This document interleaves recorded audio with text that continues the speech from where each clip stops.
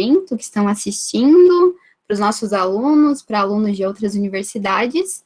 Inicialmente, eu queria agradecer também a Karen e a Lígia, né, pela proposição dessa atividade, que eu acho que vai ser muito produtiva, né, principalmente para quem está iniciando aí no universo da pesquisa científica. E é importante também a gente ressaltar que a gente está vivendo, né, um momento, de certa forma, um pouco difícil para a ciência, né, com cortes expressivos de verbas na ciência e uma tentativa frequente, né, que a gente tem que ter de ficar reafirmando a necessidade do conhecimento científico. Então, eu acho que é sempre muito válido, né, a gente ter essas discussões para pensar aí as nossas pesquisas. Karen, se eu cair ou se picotar aqui o áudio, daí, por favor, só me avisa. Mas a ideia, né, então, da minha fala de hoje é basicamente, né, falar aí um pouquinho das experiências que eu tive, das pesquisas geográficas, né. As minhas experiências são principalmente dentro da climatologia, dentro da geografia física. Eu já trabalhei um pouquinho também com análise ambiental, com consultoria como geógrafa, mas do ponto de vista acadêmico, das pesquisas científicas, as minhas experiências são desde a graduação dentro da climatologia. Então, eu organizei a minha fala em termos, né, de falar um pouquinho sobre as dificuldades que a gente tem dentro da pesquisa científica, principalmente de definir temas dentro da geografia para trabalhar, né, principalmente aí no início da nossa pesquisa, né, nos trabalhos de conclusão de curso, a gente acaba se deparando a primeira vez, né, com essa necessidade de escolher um tema, um caminho dentro da geografia. Então, eu orientei, né, para falar um pouquinho disso, na sequência, falar um pouquinho da questão dos métodos aí e técnicas dentro da geografia física, sua especificidade para a climatologia, e depois dar um pouquinho, né, de exemplos aí do que eu fiz na minha monografia, do que eu fiz na minha dissertação e do que eu estou fazendo atualmente na tese. Não para discutir a questão do que eu fiz, de fato, né, mas para mostrar principalmente para vocês que pesquisa científica é um processo contínuo, né, é um processo que a gente vai construindo e vai repensando, né, e por isso que até o tema aí da nossa live é repensando as minhas pesquisas, né, porque fazer pesquisa científica é um processo frequente de pensar, repensar, reavaliar, ler de novo, e trabalhar nesse sentido.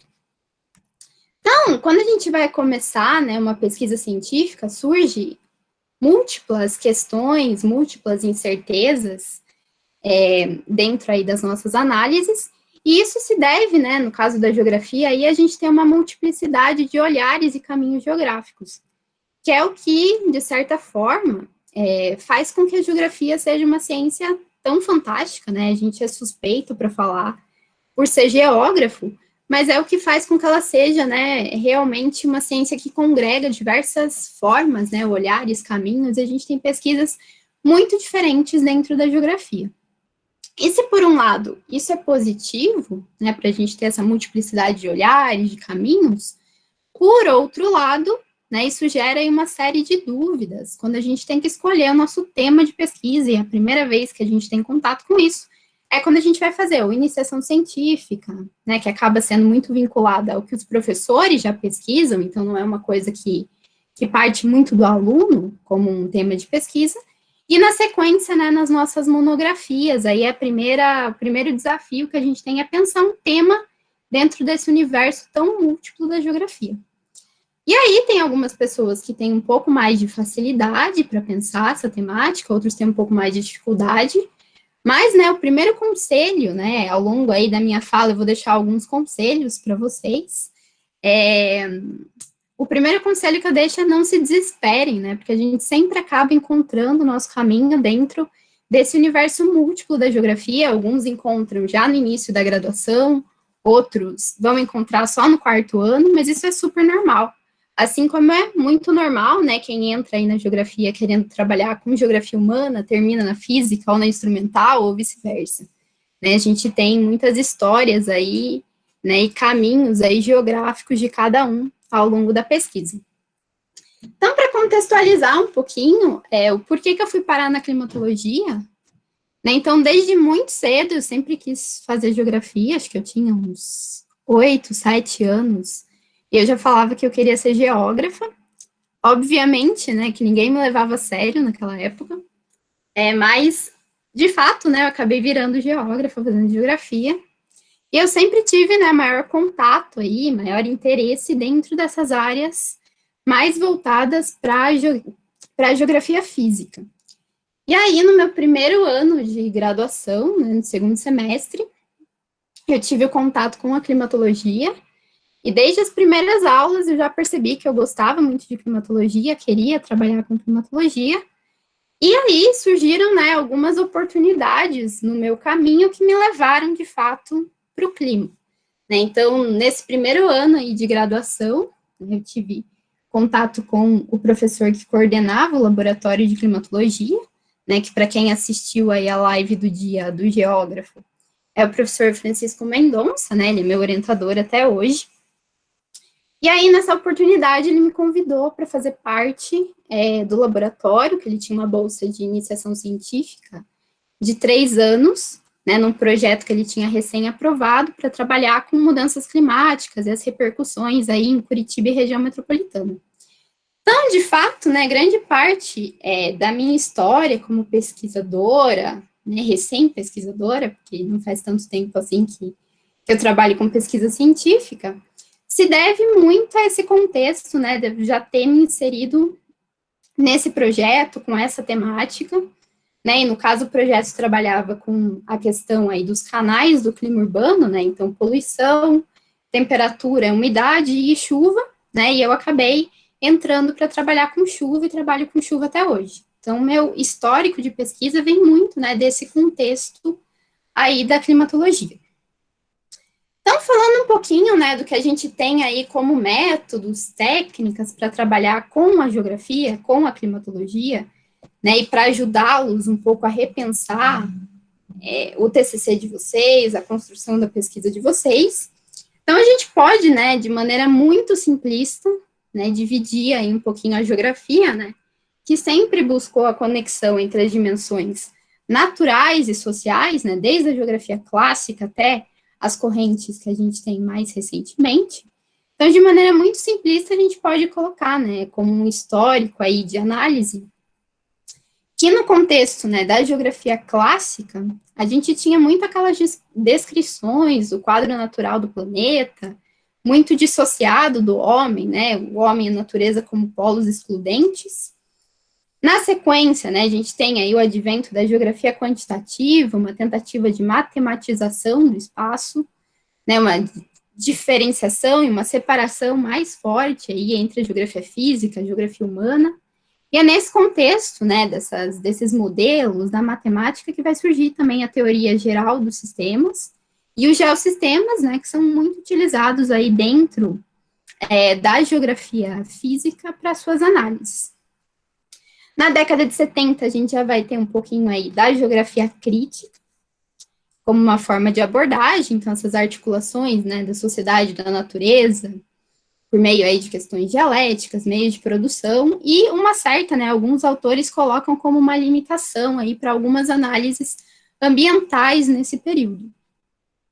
E na sequência, né, a gente vai ter mais recentemente, né, o advento aí das questões ambientais, da necessidade da gente pensar o meio ambiente, impactos, né, e no caso da climatologia, a gente tem muito forte hoje em dia a questão das mudanças climáticas, né, como uma discussão aí das questões ambientais, que promoveu, né, segundo alguns autores, quando a gente pega, por exemplo, a professora Dirce, lá do Rio Grande do Sul, Dirce Svertegaray, e o professor Francisco Mendonça, da UFPR, uma reaproximação da geografia física e da geografia humana. E aí, por que eu trago, né, esse quadro, essa discussão aqui? Porque grande parte dos métodos, das técnicas que a gente utiliza são fruto dessa construção aí da própria geografia que vão orientando as nossas bases teórico-metodológicas. Né? Então, especificamente dentro da geografia física, né, que é a área que eu tenho maior envolvimento, a gente teve, né, uma grande influência da teoria geral dos sistemas, né, como uma forma aí de abordagem, né, representando essa organização, né, os geossistemas na sequência, essa organização espacial pela interação entre os componentes do meio físico, né, o potencial ecológico, exploração biológica, ação antrópica. né, que vai ter um desenvolvimento mais forte aí a partir da década de 50, 60, né, tanto, né, com aplicações tanto na climatologia, como na geomorfologia, como na hidrologia, entre outras áreas, e que tem um reflexo muito grande quando a gente pensa num conceito que é muito importante para a geografia e muito importante nas análises que a gente faz, que é o conceito aí de paisagem, né, marcado por essa combinação dinâmica desses componentes aí, né, do potencial ecológico, exploração biológica, ação antrópica. E por que eu falo isso? Né? Porque tudo isso tem um reflexo também quando a gente pensa a climatologia e muito como se estruturou a minha pesquisa. Então, trazendo isso, né, para um enfoque aí da climatologia especificamente, a gente teve, né, embasado aí nessas discussões sistêmicas, de teoria geral dos sistemas, a gente teve uma grande contribuição, né, para quem já fez climatologia. Provavelmente já tem ouvido falar, né, do professor Carlos Augusto de Figueiredo Monteiro, e que ele vai criar, né, na década de 60, 70, o sistema clima urbano, que é uma tentativa aí de entender a atmosfera urbana a partir dessas discussões sistêmicas que existiam. Né? Então, ele vai ter uma grande contribuição para a climatologia, para a geografia de um modo geral, né? E essa contribuição foi tão relevante, né, que alguns autores colocam ele como responsável aí por criar uma escola brasileira de climatologia, uma escola brasileira de climatologia urbana, e dar as bases para que a gente estudasse alguns processos aí climatológicos dentro da cidade. Né? Então, ele cria esse sistema clima urbano, dividido basicamente, né, em 3 canais aí para fazer as nossas análises que orientam, né, em grande parte as pesquisas da climatologia. Então, a gente tem, primeiramente, né, o canal termodinâmico aí para estudar tudo que é relacionado à temperatura, à umidade dentro da cidade, o canal físico-químico, voltado a entender um pouco da poluição na cidade, e o canal hidrometeórico, né, que é aquele que é voltado para entender todos os meteoros de impacto. Então, chuva, tempestade, tudo isso entra dentro desse canal. E o que o professor Monteiro fez foi estruturar um sistema para que a gente estudasse esse processo na cidade, desde o insumo desse processo, então as entradas de energia, as massas de ar, como que se dá a variabilidade desse processo, até entender as consequências que a gente tem no ambiente urbano, né, para cada uma dessas dinâmicas, muito pautado aí na geografia física, né, na abordagem física e, né, na teoria geral dos sistemas. E aí, na atualidade, né, pensando um pouquinho naquela lógica, né, do advento aí das questões mais ambientais na climatologia e na geografia física, a gente tem, né, algumas tentativas de abordagens um pouco mais integradoras dentro da própria geografia e da climatologia. Então, a gente tem, né, algumas abordagens como a geografia do clima, do professor João Lima Santana Neto, da Unesp, geografia socioambiental, do professor Francisco Mendonça, né, e que ele estrutura, a partir dessas discussões, um pouquinho do que, como pesquisar essas dinâmicas com uma lógica sistêmica, né, então ele faz isso pensando um pouco em incorporar o clima ao planejamento, né, então, trabalhando aí com questões do meio físico, do meio social, e tentando entender um pouco dos reflexos disso, né, que ele chama aí de problemas socioambientais urbanos na cidade, né, e podendo propiciar aí uma questão, né, de trabalhar com planejamento e gestão urbana. Né, então, grande parte, né, das minhas pesquisas desde o início da graduação, lá em 2012, são oriundas, né, das leituras que eu fui fazendo ao longo do tempo dessas abordagens que foram surgindo na geografia, na climatologia, e que foram orientando um pouquinho como pesquisar, como construir uma pesquisa dentro dessa área. E outra dica, né, que eu deixo para vocês, a primeira delas foi para vocês não se desesperarem para escolher os temas de pesquisa, porque a gente acaba se encontrando. A segunda é o fato de que, quando a gente vai trabalhar com pesquisa científica, a gente precisa ter muita leitura, né, tanto leitura de temas atuais ligados à nossa temática de pesquisa, como também uma leitura dos clássicos, né, porque eles permitem que a gente tenha, né, muitas vezes a gente que é um pouco mais jovem acaba não lendo os grandes clássicos das grandes áreas aí da geografia, mas eles orientam muito como a gente constrói a nossa pesquisa, nos dão ideias, né, do que escolher como tema de pesquisa, como trabalhar, então tudo isso é um pouco orientado nesse sentido, e por isso que eu deixo também essa dica, né, não chega a ser uma dica, porque toda pesquisa científica a gente precisa ler muito, mas da gente ter esse apreço pela leitura, porque é um processo que a gente tem que fazer constantemente aí dentro, né, de qualquer área que a gente vai trabalhar na geografia. Bom, então, grande parte, né, das minhas pesquisas se orientaram a partir dessas bases, né, metodológicas, e como eu comentei com vocês, ao contrário de muita gente, né, eu tive a sorte de começar a trabalhar com clima desde o primeiro ano da graduação, então eu não tive muita dificuldade em encontrar um tema de pesquisa, porque ele já era muito ligado ao que eu vinha fazendo aí na iniciação científica, ao longo desses anos aí da climatologia. E aí, né, dentro desse grande projetão que eu acabei entrando para trabalhar aí do laboratório, eu quis trabalhar, né, basicamente aí com eventos e episódios pluviais extremos em Curitiba, né, na minha monografia. Então, basicamente, as chuvas extremas, né, que são os eventos, e os episódios pluviais extremos, que são os impactos de inundação na cidade. Então, apesar, né, da gente ter todo um histórico aí na mídia de Curitiba ser uma cidade modelo, ecológica, né, ela está muito longe de ser isso, então a gente tem processos aí frequentes, né, de inundação, então essa imagem que eu mostro para vocês aqui no canto direito mostra um pouquinho, né, desse histórico, desde 1906 até 2018, que foi quando eu fiz essa figura, que mostra um pouquinho da recorrência desses processos aí dentro do ambiente urbano, né, de Curitiba, dos impactos ligados ao clima, né, ligados às chuvas nessa área. Então, dado, né, esse contexto todo de pesquisa que eu já tinha, eu quis trabalhar um pouco com essas dinâmicas aí na minha monografia, entender qual a configuração das chuvas extremas, como que elas causavam impacto na cidade, quais eram as áreas mais impactadas. Então, foram as minhas grandes aí questões norteadoras da minha pesquisa, né, nesse momento.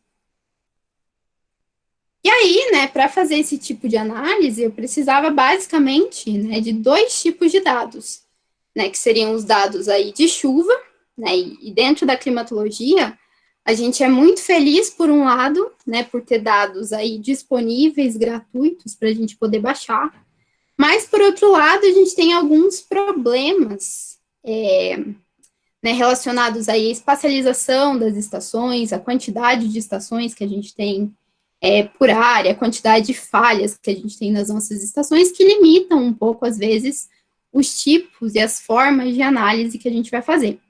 Então, a pesquisa, ela é muito aquilo que você se propõe a fazer e aquilo que você tem recursos para fazer. Então, não adianta, às vezes, você ter uma ideia sensacional dentro de um determinado tema e não ter algum recurso para poder fazer isso. Então, a gente tem que sempre balizar esse processo.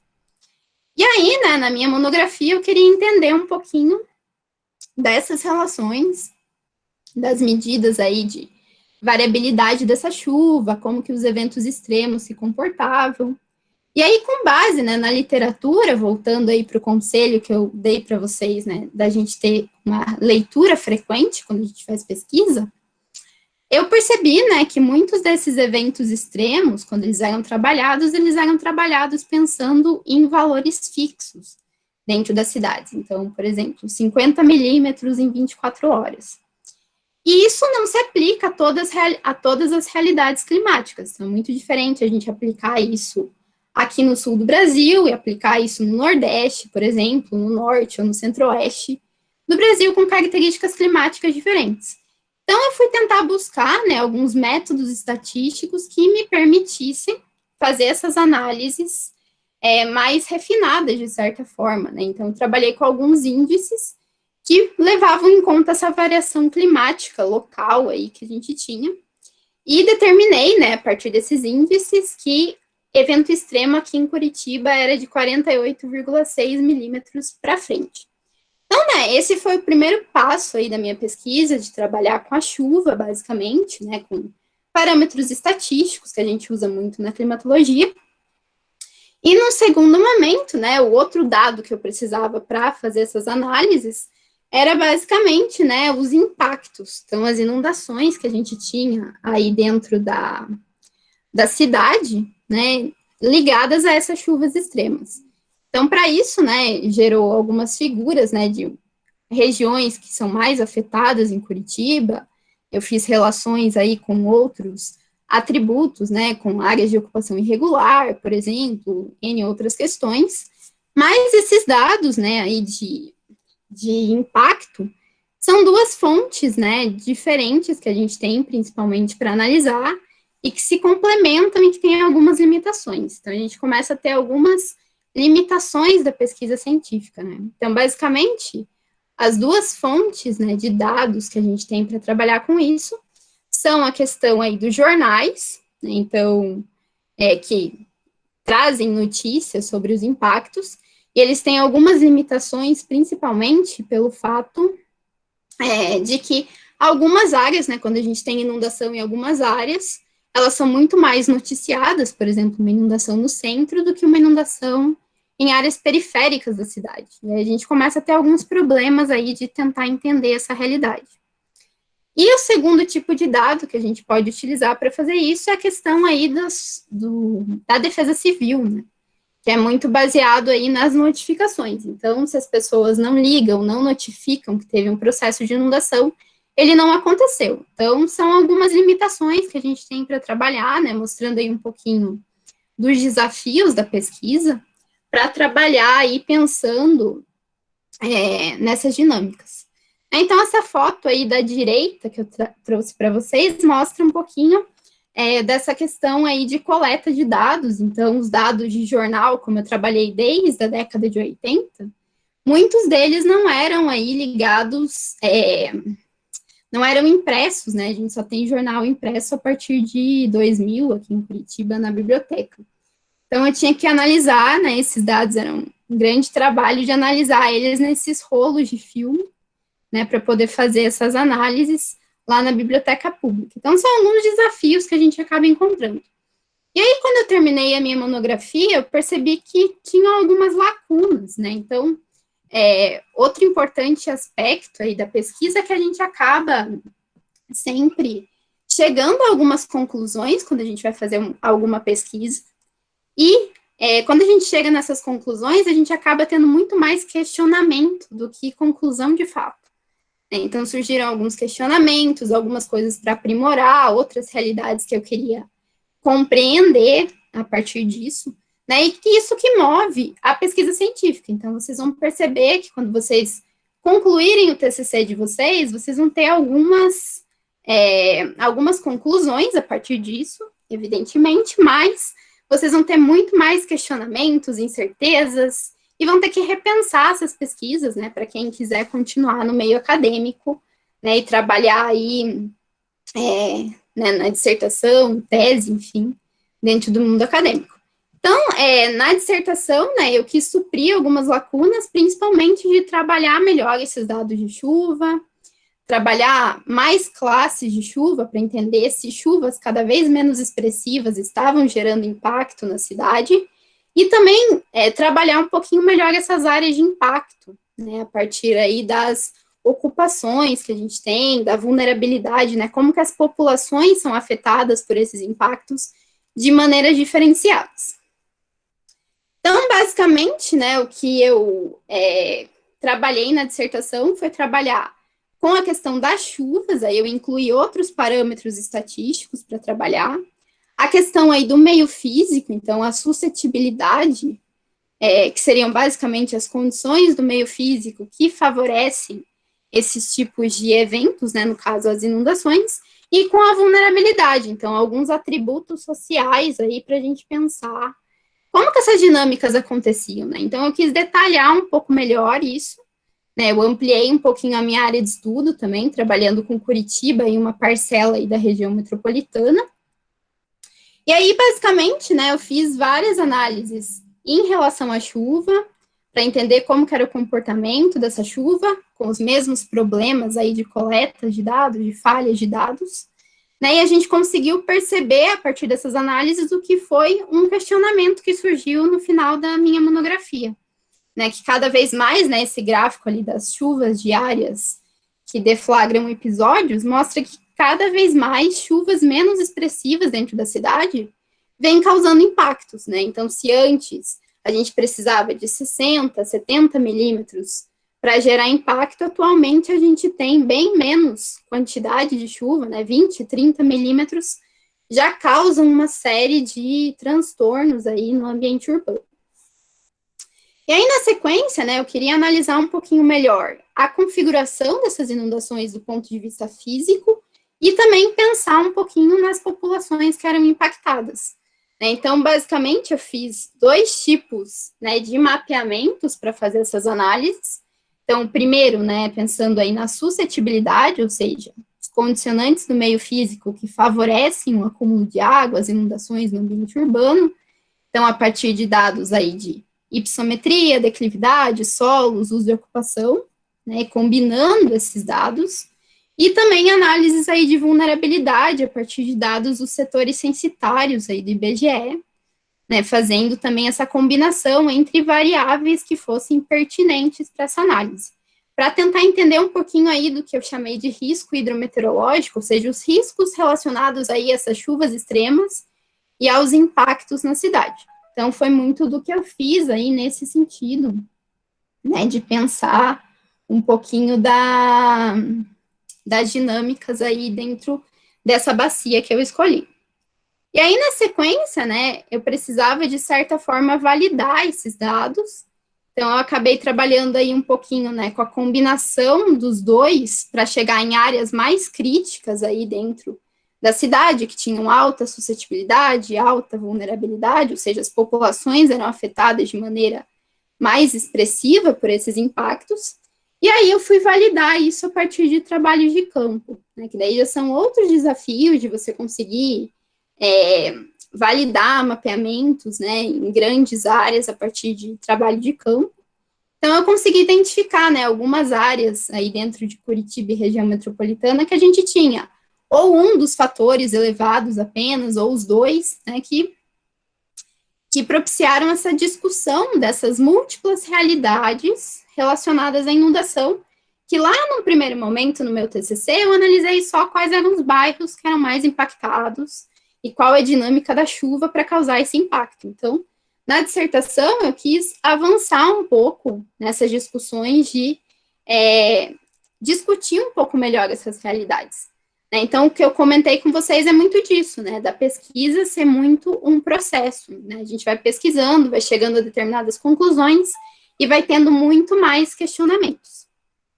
E aí eu, né, consegui aí ter essa exploração dessas áreas, né, tanto de alta suscetibilidade, baixa vulnerabilidade, como de baixa suscetibilidade e alta vulnerabilidade, e a combinação de ambos, né, que eram as áreas mais críticas aí, então as áreas próximas aos rios, né, como vocês podem ver aí pelas imagens de campo que a gente fez. Então, eu trouxe, né, muito dessa discussão do que eu fiz aí na monografia e na dissertação, não para discutir o que eu fiz de fato, como eu comentei lá no início, mas para discutir, sobretudo, que pesquisa é um processo. Então, a gente chega a determinadas conclusões e a gente tem muito mais questionamentos que nos fazem ir pesquisar outras coisas, repensar as nossas pesquisas, e vocês vão sentir muito isso quando vocês estiverem aí trabalhando no TCC de vocês. E aí, por fim, né, agora eu estou trabalhando aí um pouquinho no doutorado, então eu quis fugir um pouco dessa lógica que eu já vinha trabalhando aí da geografia, né, do ponto de vista da climatologia urbana, então com os impactos, né, porque já fazia muito tempo, né, desde 2012 que eu trabalho com essa temática, então eu quis me desafiar em outros caminhos da geografia, e está sendo realmente um desafio, né, porque tudo que eu já tinha de bagagem aí de discussão teórica, né, a gente tem que começar do zero de novo, né, porque eu rompi um pouquinho desse processo do que eu vinha desenvolvendo. Então, atualmente, né, eu estou pesquisando mais aí outra escala do clima, né, trabalhando aí com a relação oceano, atmosfera e como que os oceanos eles respondem aí pelas chuvas aqui no clima subtropical brasileiro, né? Então, a região sul do Brasil. Então, são alguns, né, dos exemplos aí de como que a gente vai construindo a nossa pesquisa e vai tomando alguns rumos diferentes, né, de acordo com a nossa evolução, com as nossas leituras, né, e é importante ressaltar, como eu comentei também no começo, né, que a gente vive um momento bem desafiador para a ciência, né, de se reafirmar, de ter cortes de verba progressivo, mas isso não pode, né, fazer com que a gente desista de sempre validar as coisas pelo conhecimento científico, desista de pesquisa científica, então, reforçar um pouco desse processo, né, que a gente tem. E a minha fala seria basicamente essa, para mostrar um pouquinho da minha trajetória e um pouquinho de como que a gente vai construindo a pesquisa científica. Então, agradeço, aí acho que eu passei até um pouquinho do tempo, eu agradeço um pouquinho a atenção de vocês, né, e espero aí que todos se cuidem, fiquem em casa na medida do possível, e usem máscara, e um recadinho aqui direto de Curitiba, né, que até os ônibus estão mascarados atualmente. E é isso, gente. Muito obrigada. Obrigada, Karen e a Lígia, pelo espaço. Muito obrigada, Gabriela, pela excelente explanação. Você mostrou aí todo o seu percurso, né, de pesquisa acadêmica, as dificuldades, apresentou também os métodos, mostrou a importância de se ter um método, uma metodologia para poder utilizar nos trabalhos, né? Apresentou aí as questões sobre a geografia, sobre o geossistema do nosso querido Monteiro, né? Que muito abarca aí várias temáticas de pesquisa, né? Então, muito obrigada pelas suas contribuições. E eu gostaria de chamar agora a nossa querida Ingrid, que vai falar dos percursos e percalços da geografia, né? E da pesquisa em geografia. Muito obrigada. Vai com você, Ingrid, tudo certo? Tá bom. Então, boa noite a todos. Conseguem me ouvir? Sim, Puderem conseguimos. confirmar, fazendo um favor? Uhum. Ah, beleza. Então, primeiramente, né, eu já quero antecipar, assim, pedir desculpa. Estou com um probleminha técnico aqui com a internet, tá caindo uma chuva torrencial, falando em climatologia, bem temático, inclusive, né? tô praticando, tô na prática aqui. E então aí eu tive que emprestar a internet do vizinho, então o sinal, né, não tá muito legal, assim, pode ser que dê um delay na imagem, mas é importante que vocês me escutem, tá? Então, se algum momento travar alguma coisa, puderem me avisar aí, agradeço.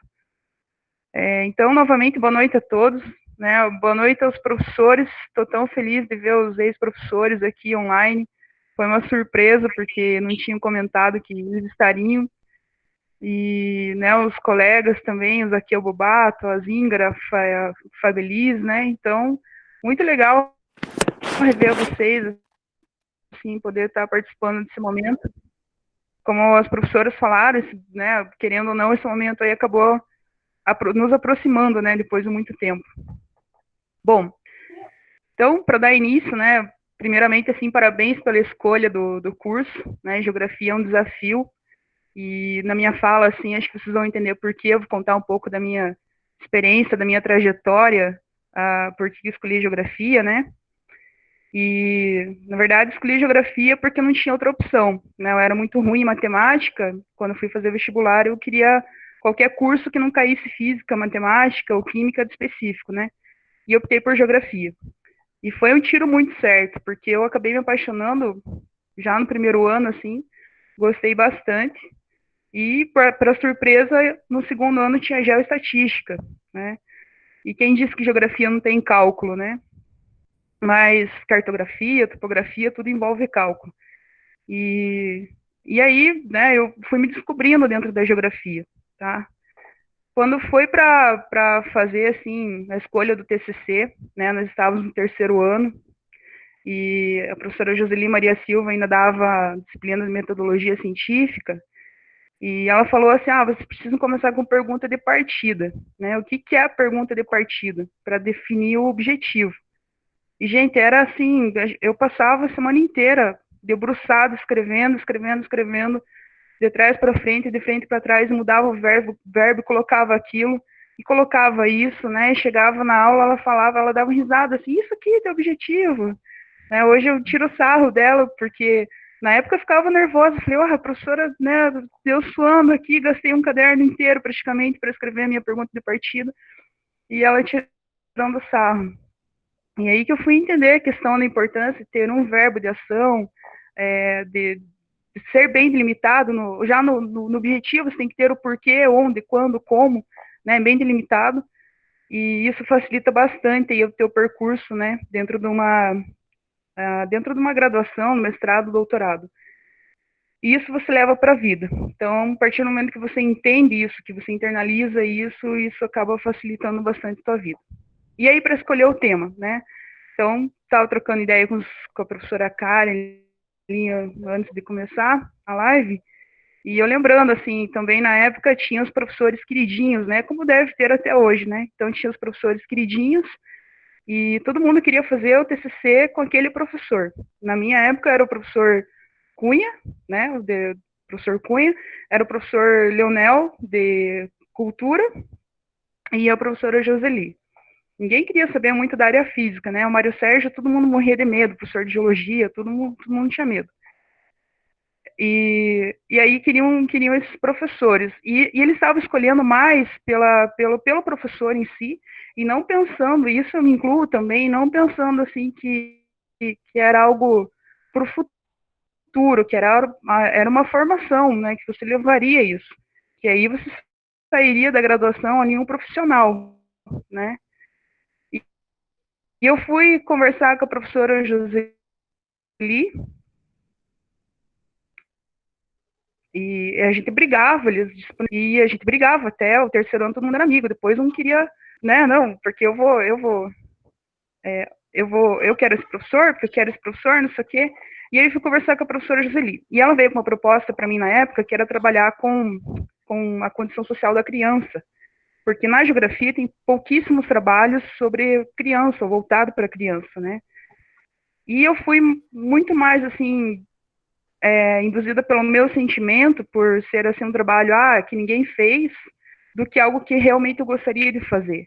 Então, fui mais assim pela questão, né, vou fazer uma coisa nova que ninguém fez, é um desafio e tal, e não tanto pelo que eu gostaria, porque eu sentia, perdão da palavra, assim, me sentia o tesão de fazendo dentro da pesquisa, né. Aí cheguei para campo, fui fazer umas entrevistas, acho que em 2 CMEs, que é onde as crianças ficavam, os pais trabalhar e tal, mas, sabe, não ia, sabe? E eu tinha que trabalhar com criança, não curtia criança, e era aquela coisa assim, eu falei, vou só fazer o TCC ali mais para me formar, mais para cumprir o protocolo ali, mas não é o que eu queria. Aí no último ano, né, da graduação, sou bacharel em geografia, tinha que fazer o estágio obrigatório, e surgiu uma vaga no laboratório lá de geotecnologias, e aí eu fui fazer estágio obrigatório no laboratório de geotecnologias. Eu não fazia ideia que era mexer com computador, né, isso em 2008, então não tinha acesso, assim, facilmente à internet, computador, nada. Tanto que os laboratórios lá da UEPG, né, o Laboratório de Geotecnologias, não contando a minha idade, assim, nem me chamando de dinossauro, mas o CPU era deitado, assim, e só tinha disquete, para vocês terem ideia. Então, pensa você salvar um mapa, pensa salvar ali um Word que fosse, tinha que andar com massa de disquete, assim, porque era 46 KB o máximo de memória do disquete. Era terrível. Aí você fazia para processar, para gerar um mapa ali, para fazer um layout, você podia deixar ali, começar 7h20 da manhã a aula e terminar meio-dia, o negócio estava processando ainda. Então era assim. Mas quando eu comecei a entender geotecnologias, que era parte de mapeamento, e aí tudo que a gente conseguia mapear utilizando, né, as geotecnologias, aí foi para mim assim, tocou assim, falei, nossa, é isso que eu quero, é exatamente isso que eu quero. E todo mundo, né, na época, assim, indo mais para a área humana, fazendo pesquisa de gênero, pesquisa né, na área cultural, tudo, e eu fui uma das poucas que foi para a área física, e principalmente na área de geotecnologias. E aí passei assim uns perrengues, né, durante aí o período do TCC. Então, participava também no projeto dos faxinais na época, e a proposta era fazer um mapeamento dos solos dos faxinais. E eu fui conhecer o faxinal, né? Então, a ideia era fazer um mapeamento do faxinal, saber onde que era a terra de plantar, onde que era o criadouro comunitário, como era espacialmente, o espaço geográfico, né, a territorialidade ali, daquele contexto ali do faxinal. E isso foi na graduação. Aí a minha orientadora, né, a gente tinha assim um gênio muito forte, eu e ela, a professora Lígia também, ela lembrou, tive já morfologia com a professora Lígia na graduação, né, e ela falava assim, você tem que fazer trabalho em grupo, e um dia eu briguei com ela na sala, eu falei, eu não quero fazer trabalho em grupo, professora, porque eu faço, levo todo mundo, coloco, né, o nome de todo mundo, e ela falou assim para mim, você vai trabalhar com pessoas, né, você vai ter que socializar, porque não sei o quê, e deu um sermão em mim, e na época eu não entendia, e eu pensando na minha cabeça, que trabalhar com pessoas, né, eu vou abrir meu escritório, vou, sei lá, ser geógrafo, pôr mochila nas costas e ir para o mundo, né, essa ideia que eu tinha. E cuspi para cima, né, hoje eu sou professora e realmente tenho que trabalhar com pessoas, né, na verdade. E aí eu entendi essa importância dessa relação e claro que a gente vai amadurecendo aí ao longo do tempo. Hoje, né, só amor com a professora Lígia, então agradeço ela, a professora Karen, pelo convite. Bom, aí na graduação, né, terminando a graduação, o TCC, a minha orientadora lá pegou e pirou, assim, ela falou, eu quero que você faça o TCC nas normas da UFPR. Deu, como assim, professora? O EPG tem o livro de normas, né? Porque a gente tem que seguir, tipo, né, um tanto da nota lá, 50% da nota, se eu não me engano, é as normas que a gente segue. E ela falou, não, quero que você mude, quero que você use as normas da UFPR, porque as normas daqui, não sei o que, não sei o que, e senão não vou para a banca com você. Aí eu peguei, beleza, né, deixei a versão salva lá com as normas da UEPG e fiz o que ela queria, para ir para a banca, sabendo que ia dar errado. Aí chegou na banca, a professora Andréia Tedesco, né, e um professor de agronomia lá, o professor Hugo, a professora Andréia Tedesco, que vocês devem conhecer, ela falou assim, pegou o trabalho, o que é isso, Ingrid? Né, que trabalho que é esse aqui, que se escreveu, que olha o jeito que está o trabalho, existem normas para ser seguidas, existe isso, aquilo, né, e aí eu falei, não, pois é, professora, mas fui orientada a fazer assim. Só um pouquinho. Por gentileza, Marilene, tá dando interferência aqui. Você pode desligar o seu microfone, Marilene? Alô, Marilene? Obrigada. Marilene. Oi, Marilene. O microfone tá ligado, você pode desligar? Oi, desliguei. Tá li... Ah, tá bom. Obrigada. Muito obrigada. Obrigada. Então, aí, né, por sorte, assim, a minha orientadora na época falou, não, fui eu que mandei ela fazer assim e tal, e eu já tinha sido aprovada no mestrado, então pensa o desespero, né, só faltava ser aprovada na banca ali para ingressar no mestrado. E aí no mestrado eu continuei, né, com a mesma orientadora e fui trabalhar com geotecnologias e ainda no faxinal. Só que aí a gente, né, incrementou, obviamente, né, o contexto da pesquisa aumentou, a discussão aumentou, e eu fui trabalhar com etnopedologia. E aí eu aprendi uma coisa bem legal também, que deve ser, que vocês, né, devem praticar isso. Quando a gente sai, assim, para fazer uma pesquisa de campo, né, ou entrevistar alguém, a gente tem que se despir daquela capa, assim, de inteligência, porque eu sou acadêmico, né, porque eu tenho esse conhecimento. Então, você passa a ser observador apenas, né, e deixa a tua opinião para você escrever ali no teu trabalho. Por que disso, né? Quando eu cheguei no faxinal, por exemplo, né, eu perguntava para o produtor lá, qual que é o solo que o senhor tem aqui? Daí ele, isso aqui é terra branca batumadeira. Oi? Aí, não, isso aqui é terra vermelha gorda, terra preta gorda. Oi, né? Não entendi nada. Aí eu estava junto com o técnico do IAPAR, a gente fez lá uma análise rápida e não, aqui é um câmbio solo áplico ou eutrófico. Aí o produtor não entendia nada, né? Então a minha dissertação foi fazer essa tradução do científico para o etno-informal, né? Então fazer a classificação científica do solo para o etnopedológico. Eu estava com uma carta topográfica também, e tinha a delimitação do rio na carta topográfica, eu queria localizar a parcela do solo que eu ia estudar. Perguntei para ele assim, o rio Taquari passa aqui perto da propriedade do senhor dele, que rio? Não tem rio aqui, tem uma sanga. E eu fiquei naquela, meu Deus, o que que é sanga? Até a gente descobrir, foi assim, quase uma meia hora ali para eu entender que a sanga dele era o tal do rio Taquari que estava na carta topográfica. E rio para ele era um tipo rio, pensa um rio Tibagi, um rio Iguaçu, era um baita rio, né? Realmente ali era um riacho, era um córrego, né? Então, assim, a vivência de campo, né? A gente aprende bastante coisa. A escolha do tema é bem importante, né? Não se deixe levar, assim, pela emoção de, como eu falei, eu quero estar orientador por isso, por aquilo. Veja primeiro você, o que você quer escolher, né? Se você sente amor pela pesquisa, porque você vai ser geógrafo, você vai se formar, você vai exercer isso, né? Você vai levar para frente isso.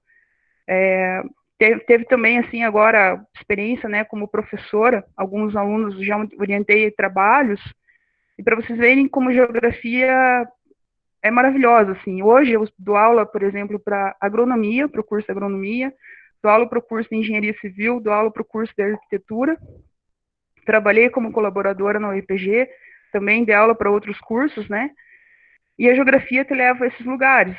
E aí, quando eu fui orientar um trabalho, uma vez, uma moça falou assim para mim, professora, eu quero fazer autodepuração do Rio Iguaçu. Do Rio Iguaçu, dela do Rio Iguaçu. Daí, a autodepuração são 5 fases, né, desde a nascente do rio até a foz do rio. Aí eu falei para ela assim, você sabe quantos quilômetros tem o Rio Iguaçu? Não dei uma pesquisada. Eu falei, meu Deus, tem mais de 900 quilômetros de rio, né, a extensão total dele. Fora subbacias e todas aquelas coisas. Aí eu falei para ela, por que você não pega pelo menos o Tibagi, então, né, que é 700 quilômetros, não que mude muita coisa, mas tem mais publicações. Então ficava mais fácil, assim, dela, pelo menos, fazer o referencial teórico, tudo, né. E assim eu falei para ela, olha, é muito difícil você pegar da nascente do rio até a foz, porque você tem 1 ano para fazer o TCC e você não vai ter condição de tempo físico e financeiro para fazer tudo isso. E aí entra a parte da execuibilidade do trabalho, né? Você quer fazer um trabalho, descobrir por que a China não sei o que lá, mas você consegue ir para a China, né? Tá, que você faz um referencial teórico, tudo, mas você tem que ter essa vivência, né? E aí eu falei para ela, dela ficou meio assim, eu falei, então vamos fazer uma experiência num domingo, a gente vai para campo, para você conhecer uma parte do Rio. E aconteceu isso, a gente chegou no domingo, né, um dia maravilhoso e tal, a gente saiu para campo, e a gente foi próximo ao pedágio, né, indo para Curitiba lá, e a gente parou o carro, assim, no lado da rodovia e descemos o campo a pé. Deu, acho que uns 15 minutos de caminhada. Ela já estava querendo desistir, ela falou, meu Deus do céu, vou ter que andar tudo isso. Eu falei, isso é um ponto, né, você está visitando um ponto. Agora, pensa você fazer 700 quilômetros de rio. Então, às vezes, a gente pensa assim, grande, né, meu trabalho vai ser o maior, espetacular, não sei o quê, mas você tem que ter os pés no chão, né, você tem que ter ali uma ideia ali do que seja viável, da tua condição, né. Outro trabalho também que veio uma menina procurar para ser orientadora, ela queria fazer investigação, assim, de animais silvestres lá no Parque Estadual do Vila Velha. E eu falei para ela, sabe o tamanho do parque? Dela, não, mas é que é fácil, né? Vamos lá ver se tem vestígios de animais silvestres. Aí eu falei para ela, então vamos lá, qualquer dia a gente vai lá para conversar com os responsáveis. Quando eu fui buscar ela pra gente ir pra campo, nossa, a menina tava com uma bota 7 léguas, tava com mochila e liquinho e não sei o que, e comida, não sei o que. Eu olhei assim, falando, onde é que você vai, louca? Ela, não, vamos pra campo e tal. Eu falei, mas meu Deus. Aí falei, tá, qual que é a tua ideia? Se meter na selva, lá no final de Vila Velha, sozinha, andar no meio do mato, ver se acha algum animal. Aí ela, eu achei que era isso. Eu falei, então tá bom. A gente chegou na beirada, assim, né, deixei ali. Falei, tá, o mato tá aí, agora boa sorte, né? Agora pode ir se embranhar no mato aí para você ver se você acha algum animal. E aí eles vão entendendo, sabe? Eles foram entendendo. Depois eu fiz um mapa para ela, girei o mapa ali, dava 3.000 hectares de área, grande pra caramba, o Parque Estadual de Vila Velha. Eu falei, cara, você vai andar tudo isso. Então tem que ter um pouco dessa noção, né? E quando eu fui pro doutorado, eu fiquei 4 anos, né? Terminei o mestrado em 2011. Aí, em 2016, veio a proposta de fazer o doutorado. Eu estava bem sossegada, sabe? Falei, não quero doutorado agora e tal. E uma ex-professora também, né, agora ela é aposentada, ela falou, não, vamos participar num projeto sobre os menonitas. E o que é menonita, né? Os menonitas são da mesma colônia ali de Vitimarçum, em Palmeira. Então, a etnia deles são menonitas. E tem algumas colônias espalhadas, assim, pelo mundo. E as mais próximas da gente ficam, uma fica em Aceguá, em Rio Grande do Sul, em Curitiba também tem, Palmeira, em Goiânia e agora a Bahia, que eles vieram para cá. E aí tinha uma bem tradicional, assim, mas bem tradicional no México. E antes de eu fazer o doutorado, ela me convidou para participar num projeto de pesquisa para fazer o mapeamento dessas colônias, mas aí buscar a imagem, satélite, tudo, e com imagem de satélite fazer o mapeamento. Só que como veio financiamento do projeto lá do CNPq, né, que ela submeteu, ela falou, vamos para o México. Falei, meu Deus, o máximo que eu conheço é o Paraguai, né, o máximo que eu saí para fora foi ali. E ela, não, vamos para o México. E aí também fui como pesquisadora para o México. E lá no México é bem interessante, assim, que a Universidade Autônoma da Cidade de Juárez, eles não têm, não é tão forte, assim, a parte de geotecnologias, né, eles têm o departamento, tudo, tem 2 professores que trabalham muito bem lá, mas até o professor Nicolas também foi junto numa das viagens, e aí eles ficaram assim, queriam saber do trabalho, queriam que eu contasse um pouco da pesquisa e tal, e também foi uma experiência fantástica, né? E trabalhar com os menonitas lá, assim, foi extraordinário, sabe? Então, a geografia abriu bastante, né, as portas, assim, no caso. E a gente sofre um preconceito, né, por fazer geografia. Então, eu estava falando para vocês, assim, que eu dou aula para outros cursos, e para vocês terem ideia, por exemplo, né, isso até em família ocorre, né, que curso que você fez? Geografia, legal. Tipo, então qual que é a capital do Azerbaijão? Qual que é a capital, não sei o que, é só isso, ou o fuso horário, né, acho que a gente só estuda isso. E um dia eu estava no mercado com um moletom, tinha ganhado um moletom dos alunos lá na engenharia civil, e eu, faceira, né, andando com o moletom dos alunos de engenharia, me encontraram assim, nossa, que massa, tá fazendo engenharia, parabéns, como se fosse, nossa, né? E eu falei, não, sou formada em geografia, só tô com moletom. Eles, geografia, legal. Então a gente leva esse estigma, mas nós, assim, é uma das áreas que consegue conversar com absolutamente tudo. Se você faz uma pesquisa voltada para a área da saúde, você consegue, para a área social, você consegue, para a área econômica, para a área cultural, área política, né, física, enfim. E aí, do doutorado, né, só voltando ali, eu mudei completamente, né? Então, depois dos menonitas, aí veio a proposta para fazer o doutorado. E eu fui para a linha de pesquisa humana. Meu Deus, é trocar da água para o vinho, sabe? Então, toda aquela bagagem, né, que eu tinha, assim, antes, que eu vinha estudando a área física, solo, geotecnologias, geomorfologia, tudo, eu tive que mudar para a área humana. Autores, assim, né, mais literários, teóricos e tal, filósofos, antropólogos, sociólogos, enfim. E para mim foi um choque, né? Tá sendo um choque ainda, estou no processo de finalização aí, então ainda está sendo assim meio, como posso falar, encontro barreiras, né? Não é porque a gente já está assim, no doutorado que as coisas são fáceis, não são. Ainda tem dificuldade de sentar, escrever um parágrafo, discutir os autores, buscar as leituras, né? Mas eu falo para vocês, sabe? Então, primeira coisa, assim, vejam, né, o que vocês querem fazer, o que encanta vocês na geografia. Pense que vocês vão ser formados, né, vocês vão estar atuando nessa área. Escolham o tema, né, escolham um orientador, definam o tema, assim, quando o professor fala, olha, tem que fazer o objetivo assim, assim, assado. Não é por ruim, é que realmente facilita, né, se você ler teu objetivo ali, ele responder o quê, onde, quando, por quê, você está aí com a tua pesquisa aí delimitada e depois vai fazer todo o desenvolvimento, né? E fico à disposição aí para trocar ideia, para conversar. Fiquei bem feliz com o convite, assim, porque, né, eu sou da casa, então eu fiz a graduação e o mestrado ali na UEPG e daí agora eu vou fazer um doutorado na UFPR. Mas sempre que eu né, tem alguma dúvida, alguma coisa, corra para os professores lá, tenho contato ainda com eles, isso é bem legal, né, ter o contato, a gente se tornou agora amigos, assim, colegas, e é isso, galera, então, desejo, mas continuem firmes aí, e a geografia tem muito para acrescentar, abrir as portas para nós aí. E é isso, professor, agradeço a oportunidade.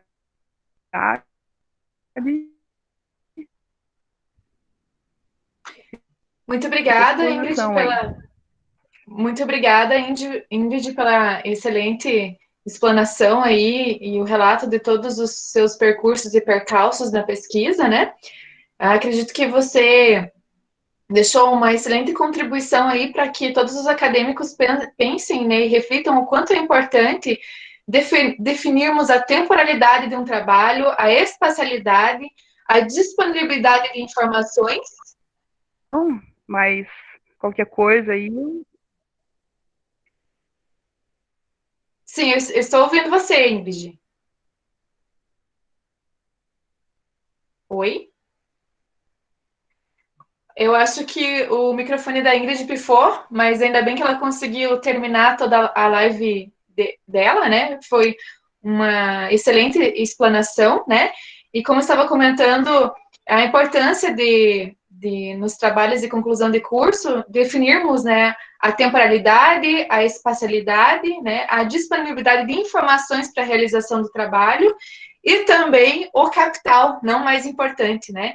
Então, muitas vezes nós temos boas intenções em realizar uma determinada pesquisa, mas não temos condições para realizá-la, né? E também uma das coisas muito importantes que a professora mencionou em relação à afinidade com o professor, né? A afinidade com o professor para desenvolver o trabalho científico, ela é fundamental, né? Mas a gente também tem que ter afinidade com o tema de pesquisa. Então, afinidade com o professor e afinidade com o tema de pesquisa deve estar integrada. E a gente também não pode esquecer do nosso planejamento profissional. Por quê? Porque muitas vezes eu quero trabalhar na área humana, ou quero trabalhar na área física e quero fazer um concurso numa determinada área da geografia, existem pesos diferenciados para a sua produção, né? Então, se você está prestando concurso para geografia humana, a sua publicação vai ganhar uma melhor nota se você estiver trabalhando com aspectos da geografia humana, né? E aí é importante a gente pensar sobre esse percurso profissional, quais são os temas que você quer pesquisar, como professor também, porque o professor da rede também é pesquisador, então é muito importante fazer essa avaliação no momento de construção do TCC.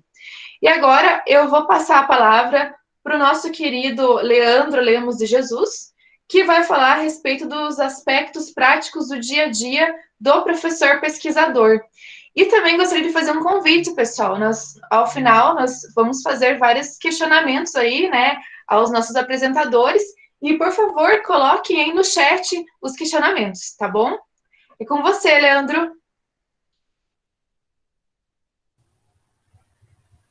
Então, boa noite a todos. Eu estou falando aqui de Imbituva, do interior de Imbituva. E se acaso cair aí a conexão, é porque a Copel resolveu desligar de novo a luz ali para fazer algum reparo. É a primeira vez assim que eu participo de uma live dessa, assim, se apresentando, né? E o que eu acho muito legal é você ficar acompanhando as pessoas entrando assim, e aí você vê teus professores e outros colegas assim que você teve contato durante a jornada de pesquisa e de estudo, e é muito legal isso. Inclusive aqueles que acabaram até mesmo influenciando para você fazer a tua escolha de pesquisa, né? Por exemplo, aqui, agora há pouco, estava o professor Daniel Stefanon, e ele foi um cara assim que me influenciou para aprender sobre geografia cultural e investigar aquilo que eu queria investigar na graduação. Eu percebi assim que as apresentações elas foram mais pro lado vamos dizer assim, do campo e da pesquisa em si, das temáticas, mas eu vou trazer a minha pesquisa um pouco para o lado do trabalho de gabinete, porque quando a gente pensa em pesquisa, geralmente você imagina alguém passeando pelos campos, ou fazendo alguma jornada, assim, alguma comunidade, alguma coisa assim desse tipo, na área mais de geografia humana, mas eu acredito que muito do trabalho do pesquisador é um trabalho de gabinete, e aí eu acho que dentro desse trabalho de gabinete tem algumas coisas, assim, que são coisas, às vezes, bem simples, assim, mas que eu acredito que podem ter um impacto muito grande na produtividade que você vai ter, e também naquele dia a dia, assim, de trabalho, você tem um ambiente de trabalho, você tem uma certa configuração, assim, para trabalhar, eu acho que isso influencia muito, e é mais ou menos nessa linha que eu vou caminhar, e eu acredito que, talvez para alguns aqui, algumas coisas vão ser muito triviais, assim, banais até, mas eu espero que pelo menos alguma coisa, assim, vocês consigam trazer para o dia a dia de vocês, para quem for fazer uma pesquisa ou está pensando em fazer. Então, eu vou passar agora aqui para a minha apresentação.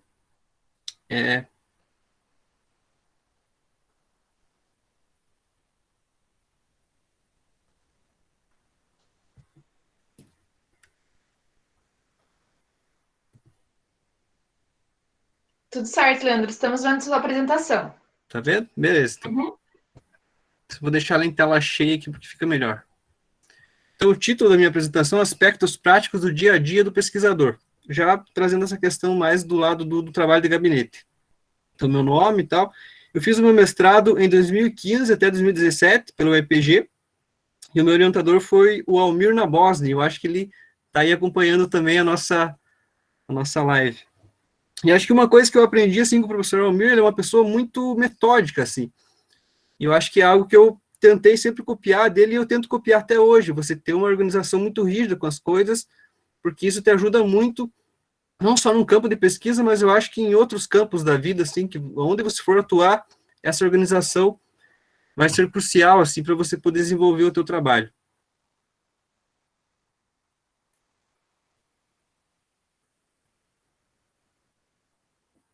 Acho que eu tive problema aqui para passar para frente, mas eu...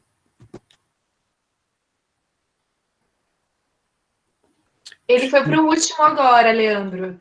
Deixa eu tentar voltar aqui. Pá, voltei. Deu certo. Tá em objeto e abordagem. Uhum. Então, o meu objeto aqui, da minha pesquisa de mestrado, eu também fiz um AIC, mas eu acabei avançando nele mais mesmo durante o mestrado. Festas de padroeiro com tropeadas, romarias a cavalo em Bituva, Paraná. Então, assim, à primeira vista é vamos dizer, um tema um pouco exótico, assim, talvez pouca gente tenha contato, assim, com pesquisa nesse teor, mas tem muitas agora. Até quando eu fiz a minha, tinha bastante pesquisador, assim, principalmente da UFMG, se não me engano, pesquisando sobre esse tema.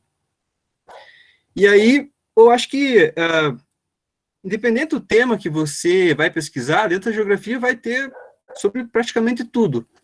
Mas o importante é como é que você vai arrastar esse tema para dentro da geografia. E aí que entra, eu acho que uma parte crucial, que é definir a abordagem. Nesse caso nosso aqui, a abordagem tentou arrastar esse tema das festas de padroeiro com tropeadas, intercalando com uma discussão sobre região e regionalidade, partindo do ponto de vista que uma região tem um conteúdo, e que esse conteúdo pode ser um conteúdo econômico, um conteúdo social, e também um conteúdo cultural. Mas para que esse conteúdo tenha sentido, ele precisa ter uma expressão. Nesse caso, essas festas de padroeiro com tropeadas seria uma expressão de um recorte ou de uma regionalidade, que seria essa regionalidade interiorana. E aí, por exemplo, quando você vai estudar sobre festas de padroeiro e tropeadas, você vai encontrar muito sobre ritual, você vai encontrar diferentes coisas, principalmente dentro do campo da antropologia. Mas você precisa sempre estar fazendo essa voltar para dentro da geografia e tentar abarcar o teu interesse de pesquisa. E aí eu acho que durante a primeira apresentação, se não me engano, tinha alguma coisa sobre o tema, né? Como que surge o tema da tua pesquisa? Às vezes aparece durante ali a própria graduação. Eu lembro que eu fui ter interesse sobre esse tema acho que eu estava no terceiro ano, numa conversa que eu tive com o professor Daniel, que eu falei ali no começo. E aí, desde então, eu fui avançando nisso e tentei aprender o máximo que eu podia e tentei criar uma abordagem em torno desse tema. E aí, eu acho que escolher um tema que você tem interesse é crucial, porque ao longo da pesquisa você vai cansando, você vai desanimando, e aí se o interesse que você tem pelo teu tema for um pouco fraco, assim, eu acho que fica mais difícil ainda de você avançar durante a pesquisa, né? Mas se o tema não vir, vamos dizer assim, se você tiver azar e não tiver interesse por nada, no fim das contas você pode ter a alternativa ainda de fazer sobre um tema que você acha que vai conseguir conduzir a pesquisa, e você acha que vai ter dados e outras coisas. E aí eu acho que essa conversa inicial com o orientador vai acabar delimitando muito dessas primeiras coisas, que eu lembro que demorou um pouco de tempo, assim, até eu e o professor Almir conseguir fechar, assim, não, vai ser isso daqui, vai ser dentro dessa linha, e vai ser essa abordagem que a gente vai fechar. Eu comecei trabalhando com identidade cultural, depois fui para território, depois proporção de outras coisas, assim, marginais, mas depois a gente foi e fechou nisso, e eu acho que eu consegui seguir essa mesma linha até o final de forma coerente.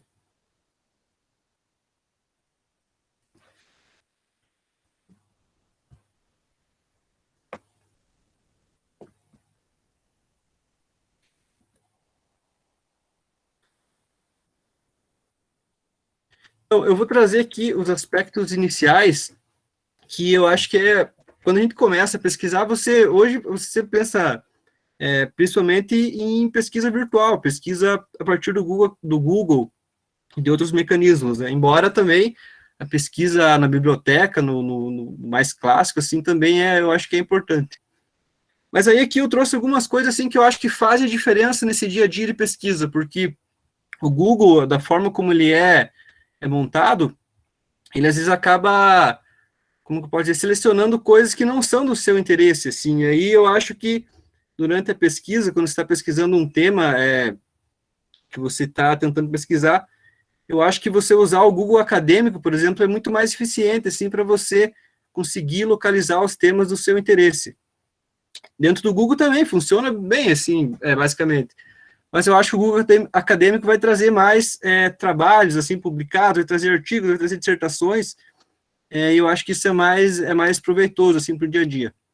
E eu acho que outra coisa aqui também que eu acho crucial, assim, não sei se vocês têm isso na prática de pesquisa de vocês, mas é sempre digitar o ponto PDF, ou só o PDF mesmo, e isso vai dar uma diferença grande, assim, dos resultados. Você vai ter, principalmente, trabalhos que já foram publicados, no mínimo que já foram publicados em algum portal, alguma coisa assim.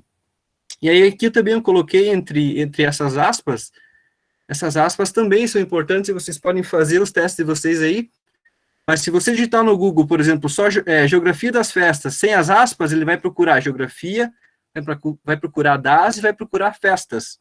Mas se você colocar geografia das festas entre aspas, ele vai procurar um texto onde esses termos estejam agregados. Isso vai fazer uma diferença grande também no dia a dia, quando você estiver fazendo outras pesquisas, assim. Aí também eu acho que para dissertação, mais especificamente, o banco de teses da CAPES, eu acho bem bom, assim, para você localizar trabalhos que já foram realizados. E aí uma outra coisa, assim, que eu fui pegando depois, ao longo das leituras, foi as referências dos próprios artigos. Você está pesquisando sobre região, regionalidade, e às vezes aquele artigo que você pegou não te agradou. Mas você vai lá nas referências e você acaba encontrando outros trabalhos que talvez possam contribuir mais. E aí eu acho que essa é uma dica boa, assim, também, quando você está nesse primeiro momento exploratório, porque existe um tempo, assim, que você fica lendo meio que de tudo um pouco e tal, e aí nesses momentos eu acho que também é bem válido, assim, você avançar para essas referências de artigos. E outra coisa também que eu acabei usando depois, eu vi que funcionava, é você, por exemplo, utilizar os campos de pesquisa dentro da própria revista. Você entra, por exemplo, na revista da Amped lá, e você localiza o campo de pesquisa deles e digita os temas lá dentro mesmo do campo de pesquisa da revista, e você vai ver que você encontra coisas que você não encontra normalmente simplesmente digitando no Google Acadêmico ou no Google comum, né? Eu acho que essa é uma dica boa também, assim. E eu acho aqui um outro ponto também, já avançando para uma outra dimensão, é a questão da escala. Você ter uma escala de trabalho. Eu, por exemplo, eu fui bolsista desde 2015 a 2017, então eu tinha muito tempo para fazer o meu trabalho, eu tinha tempo para pesquisar, quase que diariamente, assim, e para ter esses momentos de leitura. Mas mesmo aqueles que não têm, eu acho que a maioria, hoje eu acho que está bem mais difícil você conseguir acesso à bolsa, e a maioria dos alunos não tem essa experiência, você deve criar uma escala de trabalho, porque isso vai fazer toda a diferença. Assim, então, eu vou trabalhar quantas horas por semana na minha pesquisa? Eu vou trabalhar quanto por mês? Qual que é o período do ano que eu vou conseguir focar nisso daqui e vou conseguir dar conta?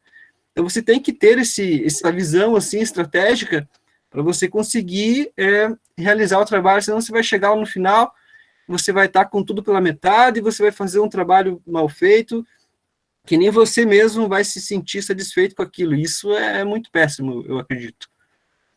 E quando você faz o projeto, geralmente você faz o cronograma ali. Esse cronograma, você coloca assim algumas coisas ali, mas ele não fica um cronograma rígido, um cronograma que você vá seguir. Mas eu acho que você tem que ter uma escala de trabalho paralela, assim, para você conseguir dar conta da pesquisa. E aprimorando ele à medida que você vai avançando, para ver se você vai, de fato, conseguir executar ele, né? E aí, nesse momento inicial também, eu acho que o que acontece? Você começa a explorar a bibliografia, aí o teu orientador também te traz uma porção de coisas, né? E o que você faz? Você vai procurar base teórica e conceitual, e você foca muito nisso. Você, putz, o que esses autores estão dizendo sobre região? O que estão dizendo sobre regionalidade? E como é que eu vou usar isso daqui e tal? Você pensa muito nisso, e você esquece uma outra dimensão que eu acho que é muito importante também, que é a base metodológica. Você abrir esses trabalhos, às vezes nem ler ele inteiro, mas você ir lá direto na parte de metodologia e observar o seguinte: como é que esse trabalho foi feito? Quais que foram as escolhas desse autor para fazer ele? É o trabalho de geografia humana. Ele teve uma metodologia específica, era uma pesquisa qualitativa. Por que ele escolheu esses sujeitos para entrevistar e não outros? Por que ele utilizou esse método de medição, no caso da geografia física, e não outro? Existem outros trabalhos desse mesmo teor? Então, você vai lá ver a parte, vou dizer assim, a parte prática da coisa, e aí você vai agregando essas coisas também para a tua pesquisa, quando você for avançar nisso. Porque ambas são necessárias, eu acho. E às vezes, já aconteceu assim, de eu abrir trabalhos que você não consegue localizar ao certo qual que foi essa base metodológica, e você fica meio que no vácuo. E eu acho que isso é muito ruim, assim, porque a pesquisa perde a essência dela, que é você seguir um certo caminho, um certo processo mesmo de pesquisa, e amparado num fundamento metodológico mesmo. Então, fica essa dica aqui, tentar sempre observar esses dois campos, não só a base teórica e conceitual, mas também essa base metodológica. E aí que entra já um pouco no campo prático da organização. E aí aquilo que eu falei de você criar um ambiente de trabalho, e isso eu acho que é muito importante no dia a dia, porque você tem que ter lá uma pasta no teu computador, eu acho que isso é bem básico, na verdade, né? Mas você tem que ter por temas, por exemplo. Eu acredito que isso foi muito útil para mim. Eu tinha um ambiente de trabalho dentro do meu computador que eu entrava e eu sabia, não, aqui está sobre território, aqui está sobre antropologia, símbolo e significado, aqui está sobre rituais, aqui sobre patrimônio cultural, aqui estão as minhas disciplinas, eu acabei integrando dentro ali, né? Mas o que acontece? Você abre o computador, você já sabe onde é que você vai, onde que está, e eu acredito que se eu entrar ainda hoje dentro dessa pasta, eu consigo me organizar ali, em 2 ou 3 minutos eu consigo achar aquilo que eu queria. Eu acho que até menos que isso, né? Mas aqui dentro dessa organização, eu acho que é algo que eu aprendi com o professor Almir, que foi muito útil, assim, durante o meu processo de pesquisa, que foram os fichamentos. Não que você vai fichar tudo aquilo que você pega para ler, porque senão você também não vai dar conta, mas eu digo que quando você pega um texto que você acha que ele te dá uma base boa, você acha que ele poderia ser utilizado, o que você faz? Você abre lá o teu Word e você começa a fichar ele. E aí aqui dentro dessa prática, algo que eu achava importante era a primeira coisa. Se o texto você acha que vai ser mesmo útil para você, já coloca a referência. Primeira coisa. Aí depois, o que você vai fazendo? Você vai lendo e você vai já anotando as coisas que você está pensando sobre aquilo. Você já pode também fazendo citações e anotações sobre aquilo ali. E o que acontece? Depois, quando você vai fazer o trabalho de redação final do teu TCC, da tua dissertação, ou seja lá o que for, você já tem essas coisas praticamente prontas. Então, você só vai lá pensar essas coisas e trazer para o teu trabalho final, onde ele vai ser mais elaborado. E eu acredito que isso daqui para mim, assim, pelo menos, foi muito útil, assim, para acelerar o processo de escrita final, e depois só ir agregando coisas. Eu tenho coisas sobre festas, tenho coisas sobre região, regionalidade, tenho coisas sobre rituais, agora eu só vou pensar daí de dentro essas coisas e ir articulando para o meu texto final. E aí uma outra coisa, assim, que é básico também, e não tem como fugir disso daqui, que é aonde é que está o seu manual da BNT. Ele tem que estar lá ao alcance da tua mão e você vai ter que ir e voltar nele milhares de vezes, não importa qual o processo de pesquisa que você está, se você está no começo, se está no fim, se está no meio, você esquece como que a organização ali do, por exemplo, como que fica 3 autores e se o autor faz parte do livro ou não, como que fica isso, qual que é a estrutura? Vai lá, abre o manual, olha, volta, faz.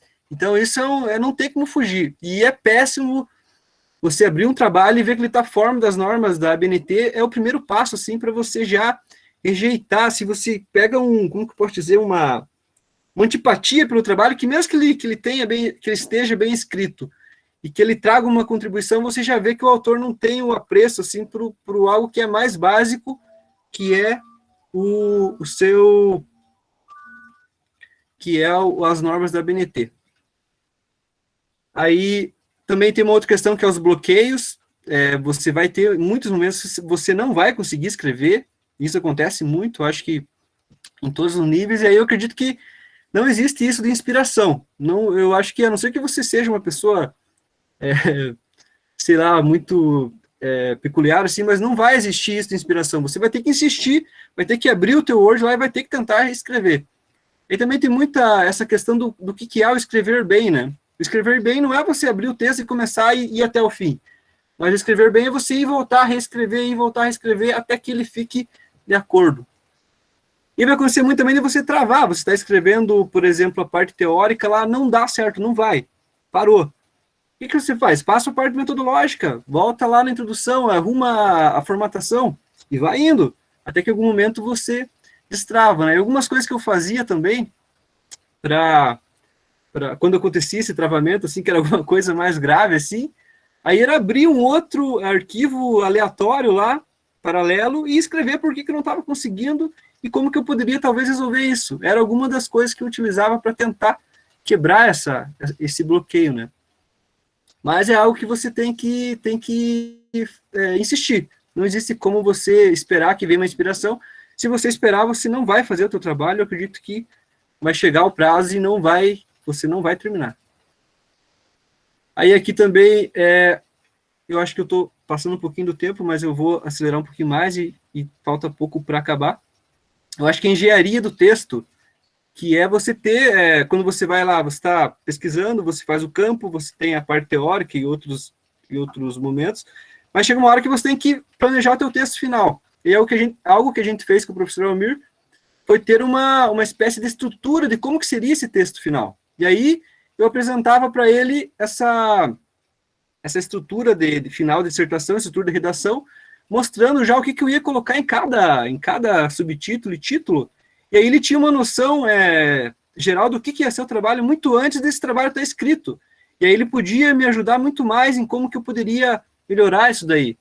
Então, antes de você entregar para o professor um trabalho de 200 páginas, você entrega um trabalho que tinha 7 páginas, se não me engano, esse daqui, e você já mostra para ele como que vai ser o trabalho inteiro. Isso eu acho que ajuda muito nesse processo de você fazer essa estrutura final. E aí eu já vou aqui para os apontamentos finais para mim não estourar muito tempo. E o primeiro deles, o primeiro apontamento é seja proativo. Não adianta, você vai ter que levar as coisas para o orientador. O orientador é alguém que tem praticamente menos tempo que você ainda. Então, se você não levar para ele, o seu trabalho não vai sair. Você vai ficar atrasado nos prazos e vai ser bastante complicado, assim. E aí aqui eu acho que um outro ponto importante também, explique para si mesmo e para os outros o que é seu trabalho. Sempre que tiver oportunidade, você explica o que você está fazendo. E eu acho que os eventos é um momento, assim, muito importante, assim. Eu acho que eu acabei usando muito isso, assim, para você se fortalecendo na tua apresentação, você vai ganhando mais confiança e, ao final, você já está dominando o tema. Aí, faça uma parceria de revisão. Eu acho que cada um tem aí o seu colega de estudo, o seu colega de grupo. Eu tive um colega de mestrado, e a gente trocava os trabalhos antes de enviar para o orientador. Então, o nosso trabalho já estava praticamente revisado. Ele passava por várias revisões, e isso também acelera muito, assim, e melhora o fluxo de trabalho. E no final, acho que muito importante também, salve uma versão na nuvem, no Google Drive. Aí, se caso acontecer qualquer coisa no seu computador, pendrive, você vai ter lá uma versão na nuvem que você vai poder baixar a qualquer momento. E eu usava um esquema de nome e data, que aí você sabe exatamente qual que é a última versão, qual que é a primeira, e se você precisar voltar também, basta você olhar as datas e voltar. E aí o medo da banca, que eu acho que apavora todo mundo, eu acho que não importa também o nível, quando chega na hora da banca, você fica, assim, bastante ansioso. Mas é uma frase até que vai parecer clichê, eu não gosto muito de clichê, mas eu acho que nesse caso é válido. Que você é um especialista sobre o seu trabalho, não tem ninguém dali daquele grupo que conheça mais o que você fez do que você mesmo. E aí, se você fez um trabalho direito, se você deu o melhor do que você tinha para dar, geralmente o teu trabalho vai estar bom, então não tem tanto o que se preocupar assim. E se caso faltar alguma coisa, porque, na verdade, faltou tempo, não deu mesmo para fazer. Mas se você levou o trabalho certinho, você se organizou, cumpriu os prazos e foi um estudante, assim, perseverante, eu acho que você vai conseguir entregar, assim, sem grandes problemas. E aí, o fim, e agradeço pela atenção. Eu espero que tenha sido útil e que vocês consigam utilizar algumas dessas coisas aqui. Muito obrigada, Leandro. Professor Leandro, agradecemos todas as suas contribuições, foram excelentes. E tudo que você colocou a respeito de organização, planejamento, disciplina, né, responsabilidade, são fundamentais para a realização de um TCC, né? E principalmente nesse momento que nós estamos vivendo de pandemia e de atividades à distância e atividades remotas, a disciplina é fundamental. Nesses cursos que nós fizemos sobre educação à distância, o aluno que não tem disciplina nesse momento de realização de atividades remotas, ele terá muito mais dificuldade para fazer os seus trabalhos e para fazer as suas pesquisas, né? E como você bem colocou, a gente precisa vencer, né, esses bloqueios, precisamos tentar lutar contra esses bloqueios para desenvolver o trabalho, porque ele vai ser fundamental para a nossa vida profissional, né? Sem ele, a gente não vai conseguir ter o diploma, né? E é necessário a gente se debruçar e aprender a trabalhar com esses mecanismos de busca, né? Não adianta ter o Google se a gente não sabe quais são os mecanismos de melhores buscas dentro dessa plataforma, né? Essa exploração bibliográfica também é fundamental. E você muito bem colocou a questão da organização. O pessoal aqui está perguntando, Leandro, qual que é o teu signo? Porque eu acho que muitos têm dificuldade de fazer essa organização tão bem elaborada como você colocou, tá? Meus parabéns. Então, pessoal, eu gostaria de fazer alguns questionamentos para vocês, gostaria de perguntar para vocês qual que foi o momento mais difícil de elaboração do trabalho científico de vocês? Qual que foi o momento que vocês sentaram, choraram? Eu gostaria que vocês colocassem, né, essas dificuldades, porque eu sei que muitos estão tendo essa dificuldade na definição do tema aí dos seus TCCs, né? No meu caso, eu até conto uma questão particular, né? Eu dei o meu sangue pelo TCC, porque eu me acidentei no momento de atividade de campo de coleta de dados, né? Acabei levando uns 5 pontos na cabeça, e ainda tem toda essa história de trabalho de conclusão de curso, né? Então, conta aí pra gente, Gabriela, qual que foi o seu momento de maior dificuldade aí pro pessoal? Bom, eu acho que ao longo da pesquisa a gente tem alguns momentos aí de crise existencial da pesquisa. Eu acho que foi bem desafiador na dissertação, né? Porque eu tenho uma leve tendência de querer abraçar o mundo. Então, de repente, eu percebi que eu tinha posto muita coisa na dissertação e os prazos estavam chegando e tinha muita coisa para fazer.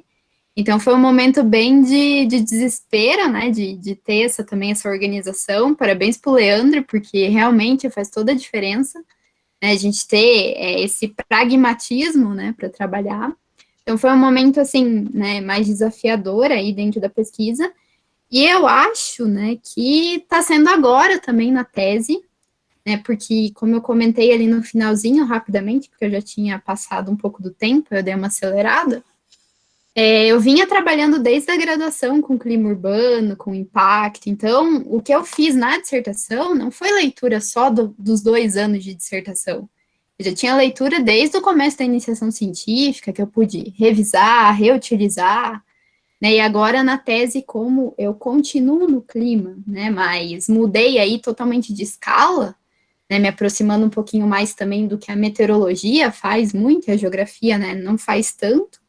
Então está sendo bem desafiador, assim, conseguir, né, trabalhar com uma grande quantidade de leitura de novo, né, que é inerente aí à pesquisa, né, mas são 2 momentos, assim, que eu destaco como dificuldade. E também no TCC, né, a questão dos jornais ali que eu comentei por cima, né, também foram momentos que demandaram aí bastante pesquisa, né, eu passei vários meses indo na biblioteca para analisar aqueles jornais, né, então foram momentos, assim, de desafio aí que a gente teve nas nossas pesquisas. Mas eu queria ressaltar uma outra coisa também, para além do desafio, né, que foi uma coisa que o Leandro também comentou, da gente sempre ter parceiros de pesquisa, né, então a gente tem muito estigma de que pesquisa científica é um processo meio solitário, porque é aquele momento que você tem que ler, você tem que escrever, você tem que trabalhar os seus dados, mas, na verdade, né, a pesquisa científica é super coletiva, né, querendo ou não, a gente sempre vai ter pessoas que vão trabalhar com o mesmo tema que a gente, né, que vão estar pesquisando temas parecidos, ou mesmo colegas aí, quando a gente está no TCC, né, que compartilham aí as disciplinas com a gente e que podem, né, nos ajudar a ter uma leitura antes do orientador, fazer uma revisão, até porque, né, muitas vezes, algumas coisas, quando a gente está muito dentro, né, de uma área de pesquisa, a gente acaba não percebendo, e pessoas, às vezes, que não estão envolvidas com aquela pesquisa, quando elas leem a tua pesquisa, elas acabam até te dando ideias, né, para você trabalhar. Então, é importante, né, a gente sempre levar em consideração que as pesquisas são sempre coletivas. Então, direta ou indiretamente, a gente sempre vai ter muita gente que vai acabar nos auxiliando aí ao longo desse percurso. Joia. Agora, Ingrid, responde para nós aí qual foi o seu momento mais difícil na sua pesquisa? Bom, então, consegue me ouvir? Dá para me ouvir bem aí? Sim. Ah, beleza. Bom, a maior dificuldade, assim, que eu tive, né, foram, na verdade, em 2 momentos, né. Um deles, quando eu me deparei realmente, assim, com o que a gente aprende dentro da sala de aula, todos os termos científicos, e depois você vai para campo e você vê outra realidade. E para eu entender essa realidade, né, de um senso comum, de um conhecimento, por exemplo, vernacular ali, né, um conhecimento que não é um conhecimento etno-científico, digamos assim, e trazer isso para dentro da cientificidade, né. E o segundo momento, que para mim, assim, ainda estou passando esse processo, é em relação ao doutorado. Então, como eu falei, né, eu comecei a pesquisa antes de ingressar no doutorado, que era o projeto de pesquisa, tive a oportunidade de ir para o México devido ao projeto e tal, e eu fiz todo o campo antes de fazer o doutorado, porque eu nem tinha pretensão de fazer o doutorado. Só que como a gente produziu bastante coisa bacana, assim, inclusive publicamos um livro, artigos, etc., nós tínhamos bastante material já. E aí a intenção veio de transformar isso numa tese, né? Mas a dificuldade que eu tenho, por exemplo, eu tenho as dúvidas, né? Eu gostaria de rever alguma coisa, conversar com alguém, e eu não tenho essa viabilidade de estar indo para o México, né? Inclusive agora, no isolamento, na pandemia, piorou. Então, essa dificuldade que eu estou tendo, sabe? Eu fiz um processo inverso, então fiz todo o campo antes, e aí depois para escrever a pesquisa. Só que no decorrer da pesquisa surgem as dúvidas. Então, eu tenho contatos, assim, com os professores de lá, tudo, mas não é a mesma coisa que você estar lá vendo, vivenciando aquele fenômeno, né? Então, isso tem sido um pouco de dificuldade, assim, mas estamos caminhando, né? Na medida do possível aí, espero consegui concluir. Leandro, por gentileza, apresente quais foram as suas dificuldades. Então, eu sofri bastante, assim, até aquilo que eu falei, até você ter a linha, assim, de abordagem, ó, vai ser por aqui que eu vou caminhar e vai ser isso que eu vou bater em cima até o final, para você ter quase que dentro da tua mente mesmo, assim, como que vai ser o trabalho. E aí o professor Almir me ajudou muito nisso, porque chegou um momento que, não, é isso aqui, e aí a gente caminha até o final. Mas teve um outro ponto, assim, também, que foi a parte do campo, porque eu moro aqui no interior de Imbituva e eu conhecia muitas pessoas, assim, que eu ia entrevistar. Mas não é tão simples, assim, você chegar para conversar com as pessoas. Existe uma, como posso dizer, não sei como que qual que é o termo correto disso, mas existe um certo tipo de técnica para você se aproximar das pessoas e fazer com que elas se sintam seguras para falar, mesmo que não seja um tema polêmico. Falar sobre tropeadas e festas não é polêmico. Mas há uma estranheza muito grande quando você chega para conversar com uma pessoa, vamos falar sobre as festas e tal, alguma coisa assim. Então, eu demorei um tempão até eu conseguir criar uma espécie de abordagem, assim, para chegar, conversar com eles, criar empatia. Eu acho que o professor trouxe aqui, o professor Almir me ajudando de novo.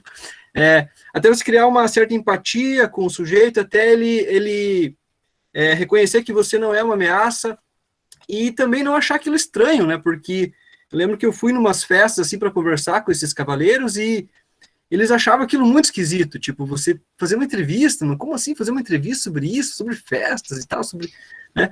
Então foi difícil, assim, ter essa aproximação. E aí, depois, ao final já da pesquisa, eu consegui melhorar isso, assim, aí eu acabei usando até o próprio saber tradicional, assim, da região, que é mostrar de que família que você é. Eu moro ali, eu sou desta família, o meu parente mora em tal lugar, e aí isso acabou mostrando qual ponto da rede social deles que eu fazia parte, meio que abriu uma porta de entrada, assim. E eu acho que um outro ponto, assim, também, foi mostrar, assim, que, como que eu posso dizer, não chegar com uma pretensão muito grande, assim, mas apresentar as pessoas do interior, e eu mesmo sou do interior, elas têm uma timidez muito grande. Então, se você chegar para elas e dizer que aquilo passar uma impressão de que aquilo é um negócio muito sofisticado, muito avançado e tal, elas vão ficar mais tímidas ainda, assim. Então uma técnica que eu tentei utilizar foi mostrar que aquilo era algo muito simples e que era algo que eu precisava fazer para cumprir a minha carga, o meu mestrado e tal, e que eles estariam me ajudando. Eu acho que falar para eles que eles estariam me ajudando, eu acho que foi um ponto, assim, importante. E eu acho que foi mais isso, assim, essa aproximação e criar esse caminho para dialogar com eles e trazer dados para a pesquisa. Aproveitando, assim, o que o Leandro está falando, né, queria dar uma dica, né, bem nisso mesmo. Geralmente, quando a gente vai fazer uma pesquisa de campo, é difícil, né, a gente ter essa abertura, porque ninguém conhece, né, ninguém tem nossa referência. E o que costumava fazer, tanto no faxinal, quanto lá na comunidade tradicional lá dos menonitas, é ter um representante, uma pessoa-chave. Então, ali no faxinal, a gente tinha o seu Assir lá, que ele era o presidente da associação. Então, quando a gente precisava ir conversar com os moradores, sempre ele estava presente na conversa. Então, ele que fazia esse intermédio. Tendo essa pessoa, essa figura conhecida, assim, fica bem mais fácil realmente o diálogo. E dos menonitas lá, inclusive, quando a gente viajou, a gente convidou um senhor aqui de Palmeira, que ele é o presidente do museu aqui de Vitimarsum, o senhor Ego, e ele foi com nós. E eles têm o dialeto deles, que é o Plotich, que é uma derivação do russo-alemão, e ele que conversava, então ele que basicamente intermediou também a pesquisa, né? E o que o Leandro falou, por exemplo, né, meu sobrenome Rausch, né, do lado da mãe, por ser alemã, então, por ser uma etnia alemã deles, eu dei meio que essa carteirada, eu sou Rausch. Quando eu falei que era Rausch, aí eles, nossa, também é alemã e tal. Então, funciona bastante, assim, é um meio, né, de você também ir criando uma relação e para eles irem conhecendo você também, para saber que não é simplesmente extrair os dados, porque eles ficam aquilo, mas vai usar para que essa informação? Né? Onde vai ser publicado? O que você vai fazer? Vem aqui saber da minha vida e pronto. Né? Para eles também, e daí eu acho bem importante dar um feedback da pesquisa, né? Não é somente ir lá, tirar a informação, tudo, e nunca mais voltar. Então, eles esperam, né? Se você trabalha assim com pessoas, eles esperam o resultado. Eu acho bem bacana você... Uma das formas é você publicar, outra das formas é você ir realmente lá e falar, ó, o resultado foi esse, aconteceu isso e tal. Seria isso. Joia, Ingrid, muito obrigada. A professora Silvia quer ter uma palavrinha aí. Eu passo então para a professora Silvia. Obrigada, boa noite, Karen. Boa noite também a Ingrid, Gabriela e Leandro, né? Parabéns pela apresentação de vocês. E eu sempre digo que é um orgulho enorme quando a gente tem esse prazer de ver uma live sendo conduzida, né, e sendo organizada aí por ex-alunos da gente, né? Então, a Gabriela não chegou a ser nossa aluna, né? O Leandro também não chegou a ser meu aluno, mas foi aluno do programa, né? Mas a Ingrid, nós temos aí uma história juntos, né? De muito tempo, do faxinal, de curso e de tudo, né, Ingrid? Mas eu fiquei super feliz, eu acho muito importante essa iniciativa e justamente tratar desse tema, porque me parece, assim, ser um calcanhar de Aquiles, muitas vezes, nos cursos, né? Eu lembro quando nós inserimos o TCC na licenciatura, que não tinha, nossa, era um bicho de 7 cabeças, o pessoal tinha muito receio, muita preocupação, o bacharelado já tem um pouco mais de tradição nisso, né? Mas eu sei que sempre foi uma disciplina, assim, que o pessoal temia bastante, se preocupava em relação ao que fazer. Eu achei muito interessante as várias abordagens, os vários tópicos que vocês tocaram, né, para dar essas dicas aos nossos futuros formandos aí, aos alunos, tanto de licenciatura quanto de bacharelado, que vão ter que fazer o seu TCC, né, principalmente, eu sempre dizia para os meus ex-orientandos e para os alunos, que para que não seja um TCC de gaveta, que simplesmente você vai fazer para cumprir tabela, que ele não seja útil. Então, é importante a gente pensar num tema a partir do nosso cotidiano mesmo, daquilo que a gente vê todo dia, daquilo que a gente desperta a nossa curiosidade, ou desperta a nossa frustração, etc. e tal, né? E uma coisa só, algumas pequenas dicas, né, que é a pesquisa exploratória, que o próprio Leandro comentou, né, mas eu acho, assim, imprescindível, porque eu sempre comentava com os alunos, eu fui durante alguns anos professora de metodologia da pesquisa, com a licenciatura, e eu sempre dizia para eles, a primeira coisa, gente, vocês têm que buscar informações antes de vocês decidirem efetivamente se aquele vai ser o seu projeto. Porque às vezes o tema é interessante, existem dados, mas eles não estão disponíveis para você ter acesso. Então, muitas vezes você tem que pagar por aquele dado, ou ele tem um prazo específico para ser disponibilizado para você, ou você tem que passar por muitas pessoas para conseguir chegar a esse dado. Então, às vezes o dado, ele é público, mas ele não é disponibilizado necessariamente. Então, essas são coisas importantíssimas que a pesquisa exploratória te dá. Até o Leandro tocou um pouco nisso, falando do Google acadêmico, do Google propriamente dito, né? Por isso que eu lembrei vocês na última live que tinha justamente, ontem e hoje, nós tínhamos aquele curso, né, da Science Direct Mendeley, do Scopus, né, que era justamente para mostrar como que você acessa essas bases de dados através da CAPES, por exemplo, né, através das instituições, porque você precisa buscar o famoso estado da arte, né, que a gente fala para os alunos. O que é o estado da arte? É saber o que já foi publicado, o que já foi dito sobre aquele tema, quem disse, como disse, por que disse, e o que o seu trabalho vai trazer de contribuição, o que vai trazer a mais além daquilo que já foi falado, né? Porque às vezes até existem alguns problemas quando se submete, por exemplo, artigos a uma revista científica, que o pessoal fala, olha, qual é o ineditismo? Não tem ineditismo, qual é a contribuição? É mais do mesmo. Então, as pessoas querem ver coisas diferentes. Não precisa ser nada extraordinário, mas basta que você faça essa pesquisa exploratória para saber o que já foi publicado sobre aquilo que já foi pesquisado e como foi, para que você possa, às vezes é uma coisa pequena, que você vai trazer, um passo pequeno que você vai dar, mas que vai trazer uma contribuição já científica, então eu acho isso bem importante. os fichamentos também, que o Leandro comentou, né? Isso é essencial, gente. Tem meus orientandos aí que estão trabalhando, e o pessoal sabe disso, é essencial você fazer o fichamento, porque senão, imagina, daqui a pouco, no início você está com 5 artigos ali, 10 artigos, daqui a pouco você está com 50, com 100, para você lembrar de onde foi que eu vi a tal definição, onde falava, qual que era o autor que falava sobre esse assunto, você não vai lembrar. Então, eu lembro que um dos exercícios que os meus alunos faziam era justamente ler o artigo científico e fazer um fichamento rápido. Qual é o título, quais são os autores, de onde eles são, qual é o objetivo do trabalho, quais são os conceitos, principais conceitos que são colocados nesse artigo, qual é a metodologia que foi usada, quais são os principais resultados, tem alguma recomendação, não tem? Então, isso são passos, assim, que clareiam muito o trabalho da gente. E uma última coisa que eu queria colocar, que eu acho importante, porque eu já tive, né, a experiência que a gente tem aí de quase 30 anos de universidade, já tive muitos alunos que se decepcionaram muito na primeira correção que a gente faz. Então, é uma dica que eu digo, sejam resilientes, né?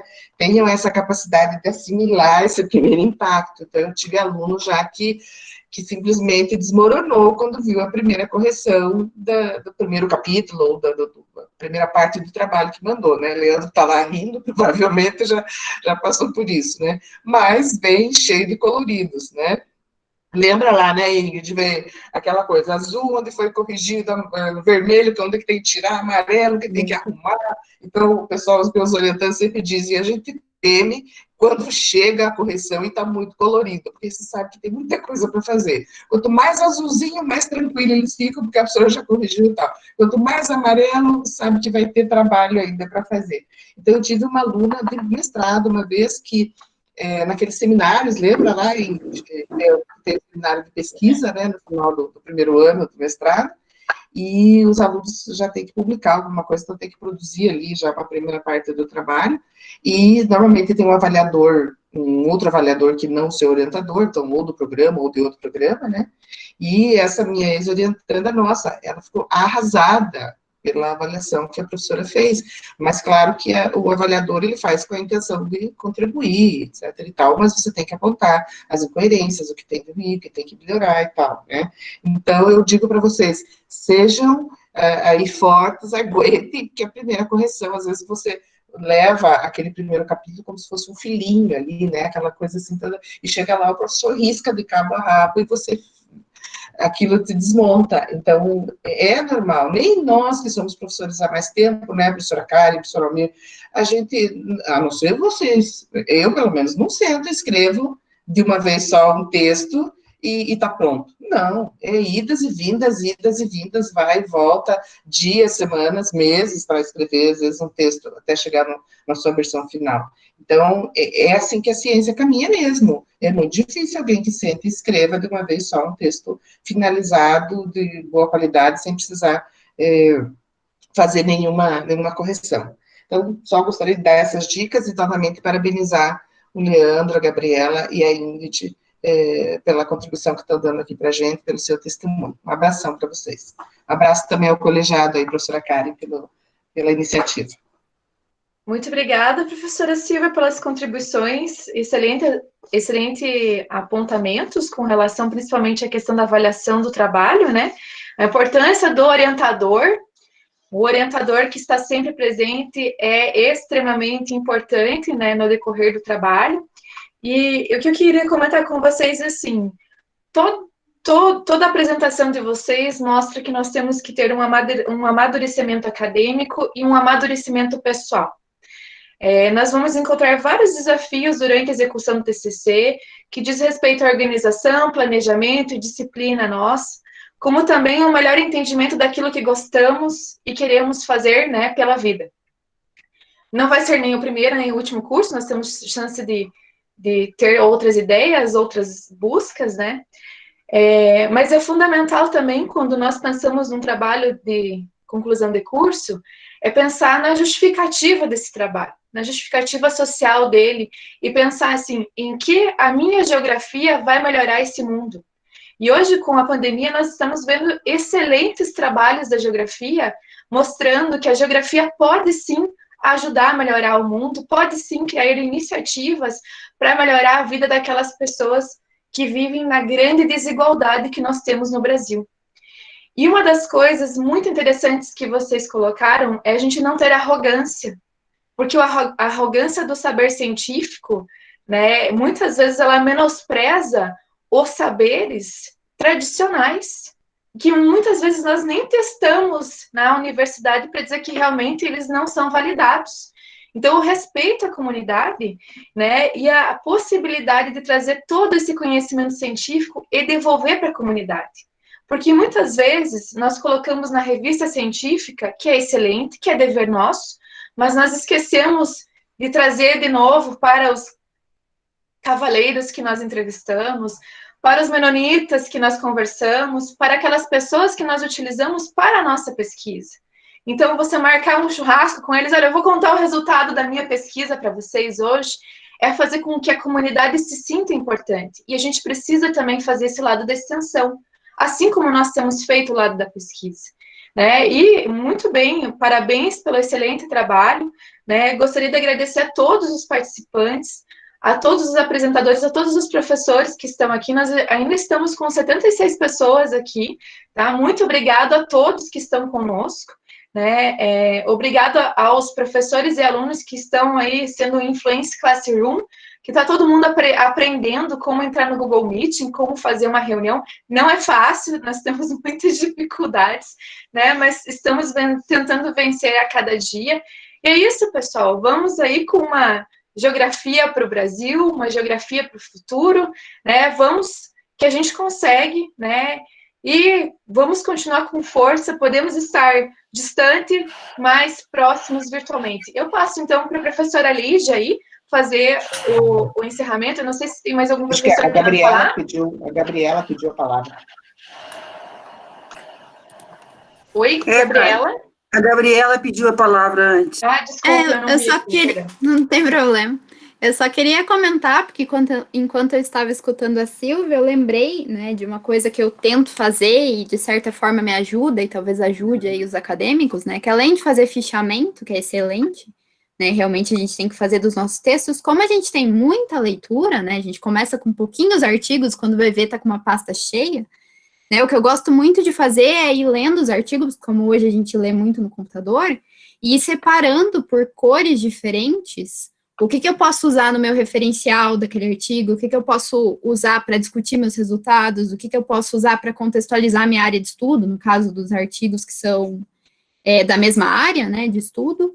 Então, eu tento colocar com cores diferentes, porque nessa quantidade enorme de textos que a gente tem, também é uma coisa que ajuda, né? Então, cada um aí tem seu método de se organizar, né, para conseguir escrever, para conseguir pensar, mas acho que é uma coisa que auxilia também para a gente pensar, né, nesse processo aí de revisão aí que a gente tem que fazer nas nossas pesquisas. Era só isso mesmo que eu queria só complementar, porque eu lembrei enquanto a Silvia estava falando. Excelente, Gabriela, realmente. E outra coisa, né, nós não podemos levar o TCC como se fosse um castigo. A maior parte das pessoas leva o TCC como se fosse um castigo, um peso a ser carregado. A necessidade de leitura é um castigo. Então, se a gente encara isso não como um castigo, mas como um privilégio de poucos, e eu posso fazer aquilo que eu gosto e melhorar a vida das pessoas, então isso sai de um contexto de castigo. Ele passa a ser um amor, né, pelo meu próximo, um amor pela ciência, né, a possibilidade de melhorar a vida de muitos. Eu vou passar aqui para a professora Lígia, que pediu a palavra. Professora Lígia? Oi, você matou parte das coisas que eu ia comentar, mas em todos os casos, eu queria lembrar para os orientandos que estão fazendo seu TCC, para os alunos que estão aí fazendo e tentando entrar para fazer pesquisa, que nós estamos agora no período de seleção para o PIBIC. Então, procurem os professores, busquem, que até o final do mês é a oportunidade de vocês procurarem junto aos professores, uma oportunidade de iniciar nesse processo que é reconfortante, mas que, antes de tudo, mais do que o brilho das publicações e os aplausos de um belo trabalho, é a utilidade desses trabalhos. é fazer geografia como cidadão e para o cidadão.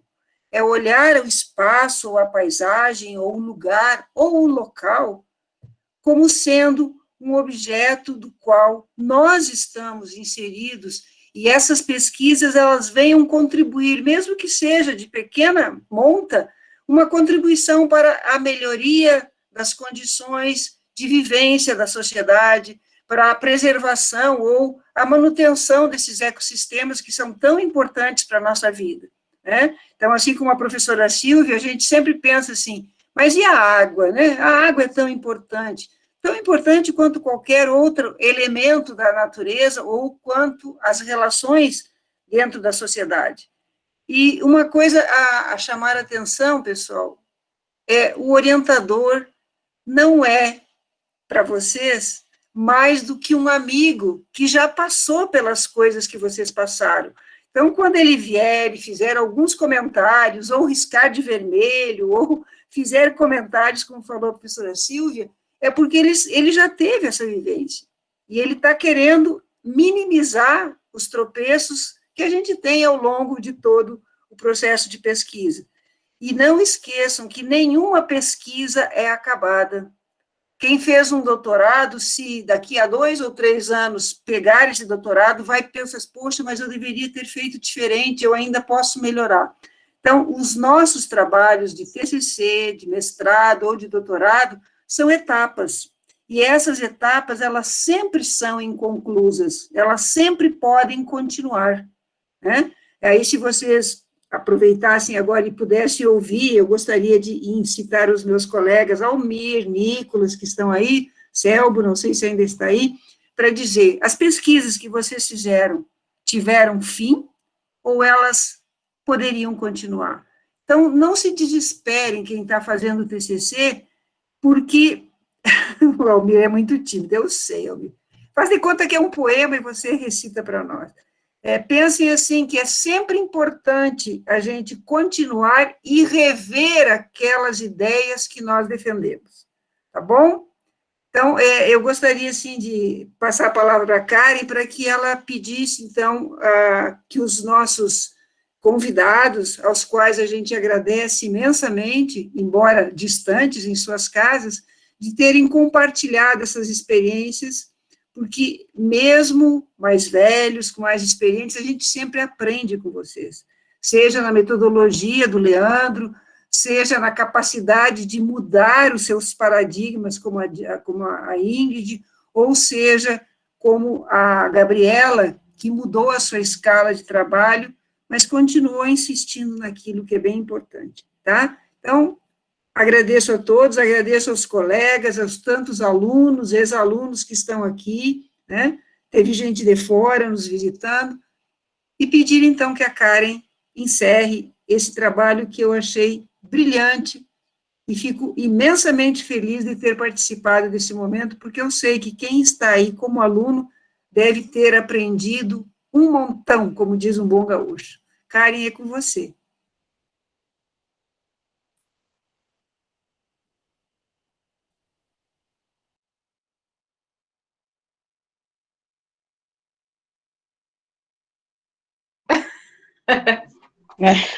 Oi, pessoal, obrigada. Eu estou me acostumando com essa nova tecnologia, né? Esse meio técnico científico virtual, o Milton Santos estaria adorando nesse momento, né? Os comentários das lives dele seriam fantásticos. Então, muito obrigada por toda a participação, por estarem com a gente até esses últimos momentos, né? Eu vi que o pessoal da UniOS, a Unicentro, o pessoal todo da UEPG aqui, dos nossos cursos, da Sescagem, né, presente aqui.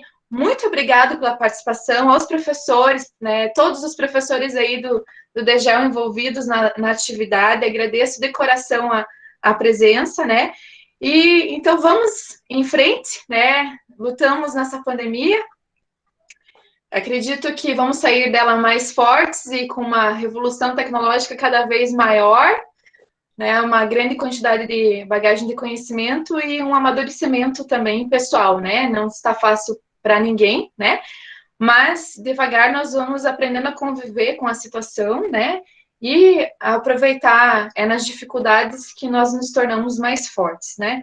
Então, muito obrigado por essa noite especial. Muito obrigado, Leandro, Gabriela, Ingrid, né, por compartilhamento de todos os percursos e percalços no trabalho científico, né?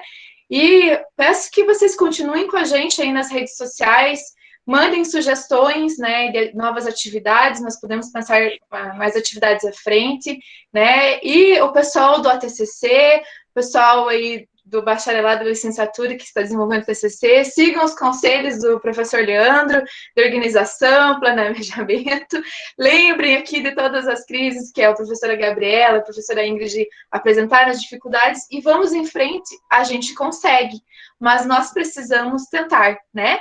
E para quem não está fazendo o seu TCC, comecem a pensar sobre qual é o tema que você mais gosta, o que você quer ler mais a respeito, qual é a geografia que você mais está inserido, né? Que você tem mais apreço. E vamos lá, pessoal. Muito obrigado. Boa noite a todos, né? E até breve. Tchau. Até mais.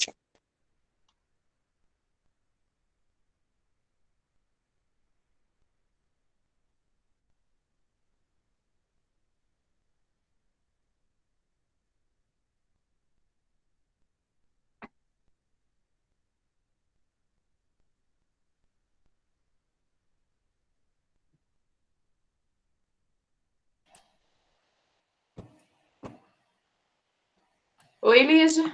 Oi. Estou olhando aqui o pessoal que está saindo, o pessoal que está dando tchau. Acho que valeu. Fiquei feliz com a apresentação. O público se manteve, foi legal. Teve gente que entrou, saiu, depois eu acho que se arrependeu, voltou.